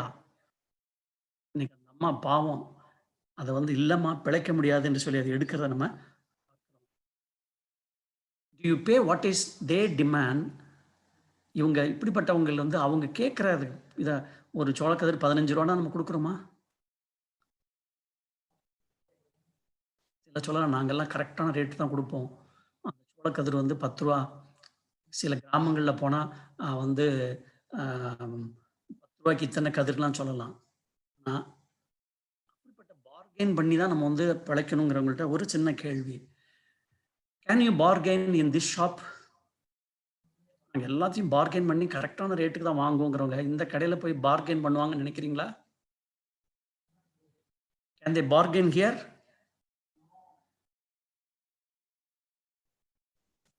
Can you ask extra from here? நாங்கள் எல்லாத்துலேயும் கொஞ்சம் எக்ஸ்ட்ரா கேட்டு வாங்குவோம், கொசுறு வாங்குவோம்னு சொல்லலாம். இந்த கடைகளில் போய் எனக்கு கொஞ்சம் கொசுறு கொடுன்னு கேட்க முடியுமா? இப்படிப்பட்ட கடைகளுக்கு போகும் பொழுது இந்த பிஸ்னஸ் அனலிஸ்ட், சைக்காலஜிஸ்ட் சொல்கிற சில காரியங்களை நான் சொல்லுகிறேன். இப்படிப்பட்ட இடங்களுக்கு போகும்பொழுது எல்லா மனிதருக்கும் ஒரு திடீர் என்று ஒரு சுய கௌரவம் ஒட்டி கொள்ளுமா. அங்க போனவனே தாங்கள் பணக்காரர்கள் காட்டுறது காசு கூட கொடுக்காம கார்டுல ஸ்வைப் பண்ணி வாங்க ஆரம்பிப்பார்கள். என்ன அர்த்தம்? they know how to empty your purse. may I help you sir அப்படின்னா உங்களுக்கு எடுத்து கொடுக்கட்டுமான்னு அர்த்தம் கிடையாது, உங்க பர்ஸை காலி பண்ண உதவி செய்யட்டுமான்னு அர்த்தம். என்ன சொல்றாங்க தெரியுமா? இப்படிப்பட்ட இடங்களிலே இம்பல்சிவ் சேல்ஸ் அப்படிங்கிறாங்க. கண்ணில் பார்த்ததெல்லாம் டக்கு டக்குன்னு அள்ளி அள்ளி போட்டுக்கிட்டு கவுண்டருக்கு போன உடனே சொல்ற காசை அப்படியே கொடுத்துட்டு வருவோம். பின்பாக பிசினஸ் அனலிஸ்ட் என்ன சொல்றாங்க, நீங்க ஒரு ஃபெனாயில் பாட்டில் தான் வாங்கியிருப்பீங்க. ஆனா வந்து நீங்க வீட்ல வந்து பாத்தீங்கன்னா 19 பாட்டில், நடந்த காரியத்தை நான் சொல்றேன், 19ன்னு இருக்கும். அத திரும்பவும் பொதுவா யாரும் திரும்ப போறது கிடையாது. போய் கேட்டா, "சார் நீங்க 19 வாங்குனீங்களேம்பாங்க." நீங்க ரொம்ப ஸ்மார்ட்டா பதில் சொன்னா, "சாரி சார், அது வந்து ஃபிங்கரிங் பண்ணும்போது தப்பாயிருச்சும்பாங்க." பல கடைகள்ல நடந்தத அனலைஸ் பண்ணவங்களுடைய ரிப்போர்ட்ட நான் உங்களுக்கு சொல்றேன். இப்படிப்பட்ட கவுண்டர்ல நிக்கும் பொழுது, அவங்க மீதி காசையும், பில்லையும் அப்படியே வாங்கி சோப்புக்குள்ள வச்சுட்டு நின்னு, மீதி காச கூட செக் பண்ணாம போறவங்க உண்டு. ஏன்னா, பின்னாடி அடுத்தவன் ட்ராலிய வச்சுட்டு நிக்கும் பொழுது, அங்க வச்சுட்டு காச எண்ணிட்டு இருந்தா, அவங்க கௌரவ குறைச்சலா இருக்குன்னு சொல்லி அப்படியே பாக்கெட்ல தேங்க் யூன்ட்டு ஓடிருவாங்க. வீட்டுக்கு போய் பார்க்கும்பொழுது, ஒரு ஃபெனாயில் பாட்டில் பதிலா 19 ஃபெனாயில் பாட்டில் பில் போட்டிருக்கும். இன்றைக்கு அக்கிரமம் நிறைந்த, அநியாயம் நிறைந்த, ஏமாற்றுகிற ஒரு உலகத்துல, ஏழைகள் இன்னும் ஏழைகளாகிக் கொண்டு, பணக்காரர்கள் இன்னும் பணக்காரர்களாகிக் கொண்டு போகிற ஒரு மாயையான ஒரு உலகத்துல நம்ம வாழ்ந்து கொண்டிருக்கிறோம். ஆண்டவர் சொல்றாரு, என்னுடைய நீதியையும், என்னுடைய நியாயங்களை நீ வந்து கைக்கொள்ளும்படி நான் சொல்லுகிறேன்னு சொல்லி ஆண்டவர் சொல்கிறார். That is in the hands and our attitude of our God's people. தேவனுடைய பீப்புளுடைய கையில தான் அதெல்லாம் இருக்குது. ஒண்ணே ஒண்ணு மட்டும் நம்ம ஞாபகம் வச்சுக்கோ. நம்முடைய எண்ணங்கள், நம்முடைய இது இப்படிப்பட்ட பீப்புள்கிட்ட எப்படி இருக்கணும்னு சொன்னா, உன் தேவனுக்கு பயந்து உன் சகோதரன் உன்னோட பிழைக்கும்படி செய்வார். அவங்க பிழைக்கிறதுக்கு என்ன செய்யணுங்கிறத யோசிச்சாலே தேவனுடைய நீதியை நம்ம நிறைய கற்றுக்கொள்ள முடியும். நீங்க பிளாட்ஃபார்ம் மெண்டஸ்ட வாங்குறவங்க ரொம்ப கம்மி. இன்னைக்கு ஹைபிரிட் பழங்களை வந்து பெரிய ஷாப்ஸ்ல போய் வாங்கிட்டு அதனுடைய டேஞ்சரை தெரியாம இருக்கவங்க மத்தியில உண்மையாகவே தங்களுடைய விளைநிலங்கள்ல கொண்டு வந்து பிளாட்ஃபார்ம்ல கொண்டு போடுறவங்ககிட்ட வாங்கி சாப்பிடுறவங்க இன்னைக்கு கம்மி. ரெண்டு விஷயம், இப்படி அவங்ககிட்ட வாங்காம போறதுனால, அழுகி குப்பையில போடுகிறதுனால, அது it is another way of oppression. இப்படிப்பட்டவங்க வாங்காததுனாலே அது ஒரு பயங்கரமான ஒரு அப்ரஷன். யாரும் இல்லாம அவங்க நொடிச்சுக்கிட்டே போறது ஒண்ணு உண்டு. யோசிக்கும்படியாக இதை நான் சொல்லுகிறேன். பட் நம்ம உண்மையிலே பார்க்கும்பொழுது தே ஆர் ஹெல்த்தியர். ஏன்னா அவங்க உண்மையாகவே அவங்க கார்டன்ல இருந்து கொண்டு வருகிறனால. இங்கே ஒரு காரியத்தை பாருங்க. ஒரு அம்மா சீப்பு, பிளாஸ்டிக் அவங்க சில நம்மகிட்ட வந்து வாலண்டியரா வாங்குங்கன்னா நம்ம வந்து நோ தேங்க்யூன்ட்டு போயிடுவோம். அதான் வாங்குறது. நம்ம வச்சிருக்கிற அவ்வளவு சீப்பு இதெல்லாம் பார்க்கும்பொழுது கூட எல்லாம் சேர்ந்து ஒரு 500 ருபீஸ் 800க்குள்ள வராது. இவங்க இதில் எல்லாத்தையும் வித்து என்னத்தை வீட்டுக்கு கொண்டு போய் எப்படி பிழைப்பாங்க?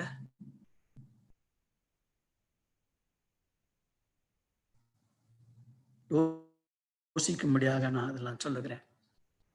தெருக்கள்ல வந்து இந்த மாதிரி சில பிள்ளைங்கள் கார் பக்கத்துல வந்து கிளீன் பண்றதும், கொடிகளை விற்கிறதும் வந்து பார்த்துருக்கலாம். பொதுவாக நமக்கு தேவை இல்லை அப்படின்னு நம்ம சொல்லிட்டு போயிடுவோம். ஆனால் பெரிய பெரிய ஷாப்ல போகும்போது நம்ம தேவை உள்ளது மட்டும்தான் வாங்குறோம். இவங்களை பிழைப்பூட்டுவதற்காகவாது வாங்க வேண்டும். எனக்கு தெரிஞ்ச ஒரு நண்பர் உண்டு. சென்னை எலக்ட்ரிக் ட்ரெயின்ல போற வேளையில இந்த கண்ணு தெரியாதவங்க என்ன வாங்கிட்டு வந்தாலும் கொண்டு வந்தாலும் உடனே அதை வாங்கிடுவதற்காக. இதுதான் அவங்க பிழைப்பே. ஆண்டவர் சொல்லுது போல, பிழைக்கும்படி செய்வாயாக.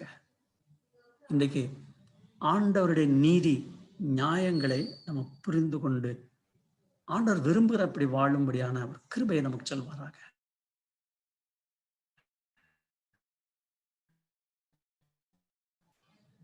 மரணமானால் விடுவி. யாருங்க தூக்கு போட போறவன ஜெயில போய் ஆண்டவர் வந்து ரெஸ்கியூ பண்ண சொல்லல. They are dying before your eyes. Shoe போடுறவனும் பிளாட்ஃபார்ம் உட்காந்து பிழைக்க வழி இல்லாம நாளுக்கு நாள் செத்துக்கிட்டு இருக்கிறாங்க. இவங்களை குறித்து ஆண்டவர் சொல்றார், மரணத்துக்கு ஒப்புவிக்கப்பட்டவருடைய கொலையுணவர். தே ஆர் டையிங் டுவர்ட்ஸ் விடுவி. அதை அறியோம் என்பார்களாகில் இருதயங்களை சோதிக்கிறவர் அறியாரோ, உன் ஆத்மாவை காக்கிறவர் கவனியாரோ, மனுஷனுடைய அவன் கிரியைக்கு தக்கதாக பலன் அழியாரோ. ஆண்டவர் திக்கற்ற பிள்ளைகளையும் ஏழைகளையும் விடுவிக்கிறவரும் போஷிக்கிறவரும் காப்பாற்றுகிறவரும் பட்சபாதம் இல்லாத ஆண்டவரா இருக்கிறார். கர்த்தருக்கு பயப்படுகிற யோபு எல்லாரையும் காப்பாற்றுகிறதுனால கர்த்தருக்கு பயப்படுகிறவன் ஆண்டவர் சொன்னார். Attitude about the present situation. நம்ம எதை ப்ரிஃபர் பண்ணுறோம்? ஆண்டவர் திக்கற்றவர்களையும் ஒடுக்கிறவர்களிருந்து காப்பாற்றும்படியா பிழைக்கும்படி செய்யும்படி ஆண்டவர் விரும்புகிறார். கடைசியாக இந்த வார்த்தை சொல்லி நம்ம ஜெபம் பண்ணுவோம். என்னுடைய கட்டளைகள் யாவையும் என்னுடைய நியாயங்கள் யாவையும் கை கொண்டு அவைகளின்படி நடக்க கடவீர்கள், நான் கர்த்தர்.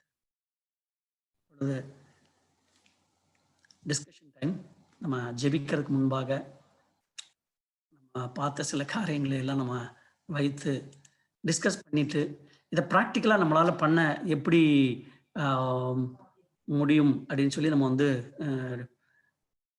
யோசிச்சு நம்ம டிஸ்கஸ் பண்ணி நம்ம ஜெபம் பண்ணலாம்னு நினைக்கிறேன். முதலாவதாக கேள்வி, இப்பொழுது நம்ம பார்த்த ஒரு சிலர் ஷேர் பண்ணலாம், பின்பாக நம்ம இதை ப்ராக்டிக்கலாக ஏதாவது செய்வதற்கு வழி உண்டான்னு சொல்லி நம்ம டிஸ்கஸ் பண்ணி நம்ம ஜெபம் பண்ணலாம். What to you feel?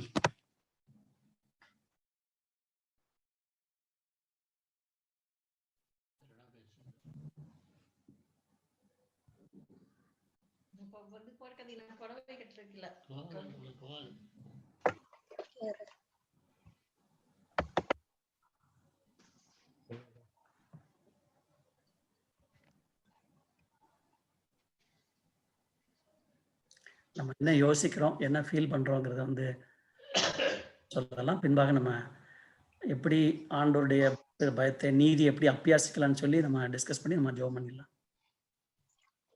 இதே பிளைனாவே எல்லாமே பிராக்டிக்கலா தான் இருந்துச்சு. ஓகே.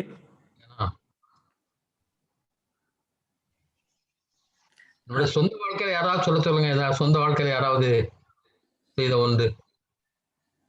சரி, ஒரு ஒரு ஒரு கிளைண்ட் ஸ்ட்ரைட்டா கேட்கலாம்னா, நம்ம அறிந்தோ அறியாமலும் நம்ம யாராவது ஒடுக்கிட்டு இருக்கிறோமா? இல்ல.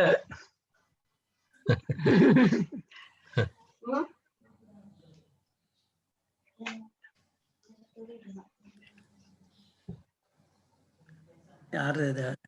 யாரு பார்கெயின் பண்றதெல்லாம் கரெக்டா? அப்போ இல்ல, பார்கெயின் பண்றது இல்ல, vendors vegetable. Very good, thank you thank you. அப்படிதான் இருக்கணும். Very good. ஆனா நம்ம கிறிஸ்டியன்ஸ் யாருமே பார்கெயின் பண்றது இல்லையா? இல்ல பார்கெயின் பண்றது இல்ல நம்ம. பட் ஆனா நம்ம ப்ரிஃபர், அதாவது நம்ம பிகர் ஷாப்ஸ் தான் நம்ம ப்ரிஃபர் பண்றோம். ஏன்னா நம்ம அப்போ நீங்க சொன்ன மாதிரி ரிச்சர் ஆக்கிட்டு இருக்கோம். நம்ம சின்ன கடைக்கே போறது இல்லை. நீங்க பாத்தீங்கன்னா கரெக்ட். நமக்கு வந்து பர்ச்சேஸ் ஈஸியா இருக்கும்ன்றதுனால மாலுக்கு போனா ஈஸியா முடியும். மாலுக்கு போவோம். அது வந்து நீங்க போட்டபடி ரிச்சர் ஆகும். சின்ன கடைக்கு போறதை நம்ம அவாய்ட் பண்ணுவோம். அது நம்ம அவங்கள நீங்க சொன்ன ஒடுக்குற மாதிரி தான். கரெக்ட்.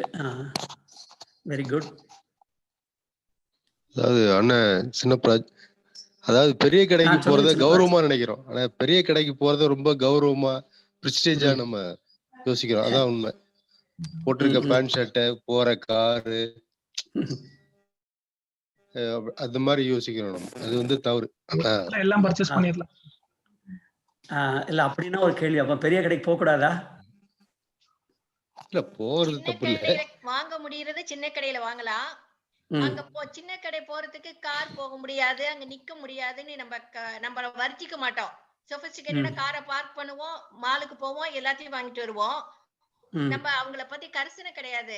நம்ம வந்து நடக்க கூடாது, நம்ம அந்த இடத்துக்கு போக கூடாது அப்படின்னு நினைப்போம். ஒரு மாலுக்கு போனா எல்லா பர்ச்சேஸும் அங்க முடிச்சிடலாம். நமக்கு தேவையான எல்லாத்தையும் அங்க வாங்கிடலாம். அதான் நம்ம மால் ப்ரிஃபர் பண்றது. அப்போ எல்லாருமே மால்ல போய் வாங்கிட்டா இந்த மாதிரி ஏழைகள் பிழைக்க முடியுமா? இல்ல, நீங்க சொன்னது இன்னொன்னு, மால் அந்த பில்டிங் ஒன்னு சொன்னீங்களா, இது வரைக்கும் நான் நோட்டீஸ் பண்ணதே இல்ல. அது பார்க்கணும் போல இருக்கு. நிறைய நடக்குது. இந்த டிப்ஸ் கொடுக்கறதுலாம் ரொம்ப நல்லது. அவங்க 10 பேரை கொடுத்தா 10 ரூபா நம்ம கொடுத்தாலும் 10 பேர் கொடுத்தா அவங்களுக்கு ஒரு 100 ரூபா கிடைக்கும். ஹோட்டல்ஸ்ல. ஓகே. நேரம் வெண்டர்ஸ் ஏமாத்துறாங்கல்ல பிரதர். நேரம் ஏமாத்திடுறாங்க நம்மள. இப்போ ஃபார் எக்ஸாம்பிள், அன்னைக்கு ஒரு வாழைப்பழம் வாங்குறதுக்கு போனேன் வெள்ளூர்ல. எங்கேயோ 2 மொபைல் பக்கத்துல இருக்குன்னு நினைக்கிறேன். அதனால விசிலிங் வருது. வாழைப்பழ கடைக்கு போனா அவன் என்ன செஞ்சான், அந்த விளையாத பழத்தை எனக்கு கொடுத்துட்டான். நான் வந்து அத கொண்டு வந்து நைட்டு அத சாப்பிடலாம்னு நினைச்சு பார்த்தா, வெளியில நல்ல எல்லோயிஷா இருக்கு. சாப்பிடவே முடியல. அப்படியே ஹார்டா இருந்துச்சு. அடுத்த நாள் பழுத்துரும்னு பார்த்தோம். அடுத்த நாளும் பழுக்கல. அப்ப அப்படி சீட் பண்ணும்போது நம்ம என்ன நம்ம அது போய் நான் உடனே நெக்ஸ்ட் டே என்ன செஞ்சேன், அத போய் அவன்கிட்ட குடுத்துட்டு, நீயே வச்சுக்கப்பா உன் பழத்தை. எனக்கு வேண்டாம். இப்படி சீட் பண்ணக்கூடாது அப்படின்னு சொல்லி குடுத்துட்டு வந்தேன்.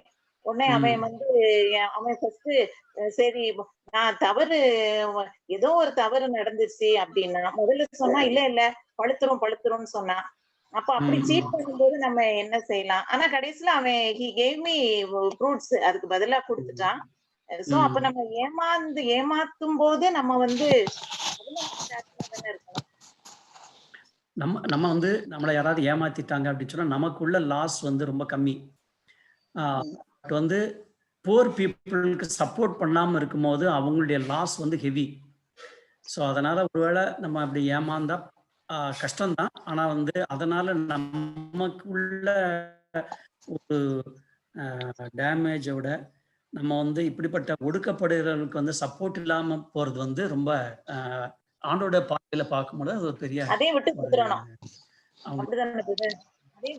நம்ம எப்படி விட்டு கொடுத்துடலாமா? பரவாயில்ல. ஆண்டோருக்கு முன்பாக நம்முடைய மனசாட்சி நல்லா இருக்கும். ஆண்டவர் நம்மளை ஆசீர்வதிப்பார் பிரயாசத்தை.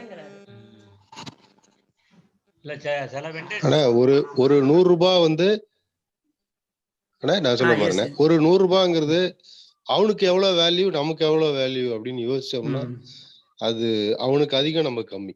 ஆமா, நமக்கு வந்து அது கம்மி. ஓகே, அது அவனுக்கு வந்து அதிகம் அப்படிங்க. Thank you for your big feedback. இன்றைக்கு போன வாரம் முடிஞ்சோடனே இன்னொரு ஒரு அட்மின் கமிட்டி இருக்கு உடனே. அதனால இதோட நம்ம ஜெபம் பண்ணுவோம். தொடர்ந்து ஏதாவது அனௌன்ஸ்மெண்ட் இருந்தா பண்ணுவாங்க. ஜெபிக்கலாம். யாராவது ஒருவர் நம்ம எமர்சன் என்ன ஜெபம் பண்ண முடியாது என்போடு கேட்டுக்கொள்கிறேன். எமர்சன் என்ன?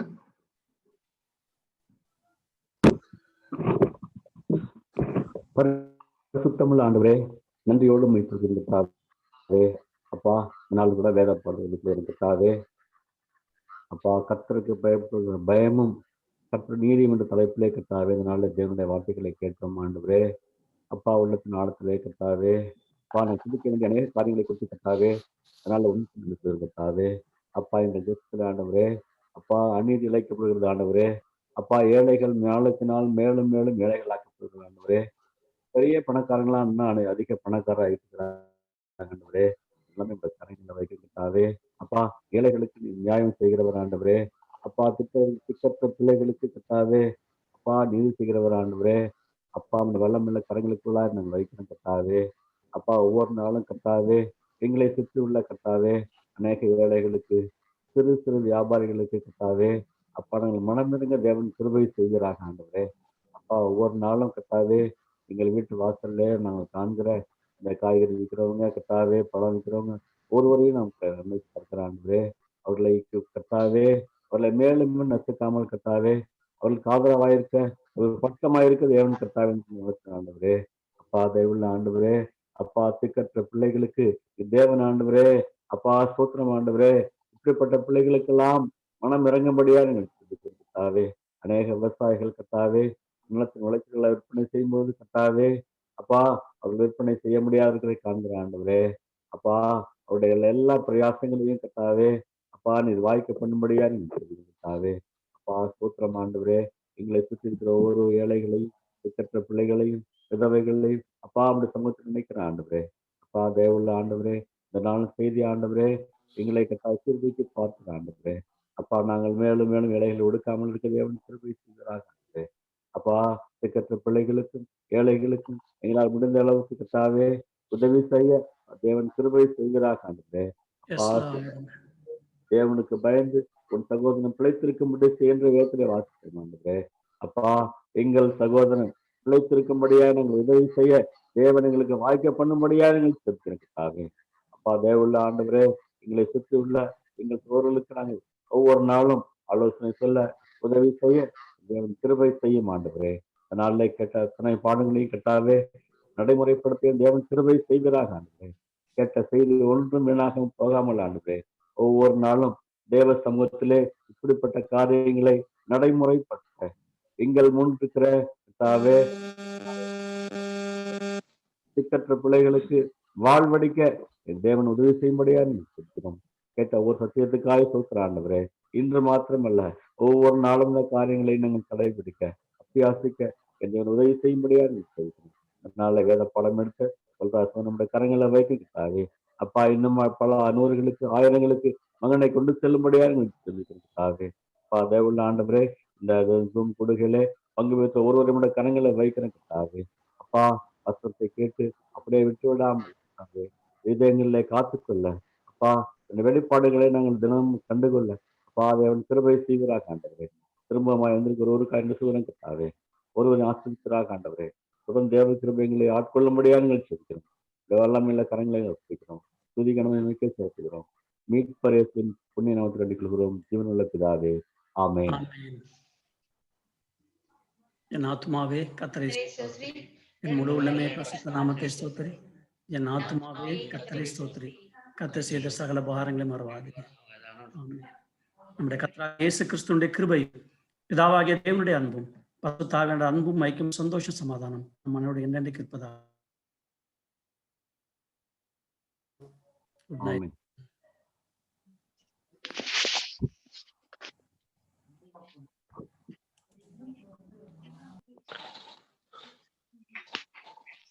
ஜேசன் அண்ணே, சின்னப்ராஜ் நல்லா இருக்கீங்களாண்ணே? நல்லா இருக்கேன். நல்லா இருக்கேன். நல்லா இருக்கேண்ணே. நல்லா இருக்கேண்ணே. நல்லா இருக்கேண்ணே. பிரைஸ் லார்ட் அண்ணே. பிரைஸ் லார்ட் அண்ணே. Thank you all. God bless you all. Thank you அண்ணே. Thank you. Praise Lord. Praise Lord there. Praise Lord. Nancy, praise Lord. Praise Lord there. Praise Lord. Rexy, thank you. Anna, thank you, man. Rexy, praise the Lord. Praise Lord. Praise Lord, man. Praise Lord. Okay. Praise Lord.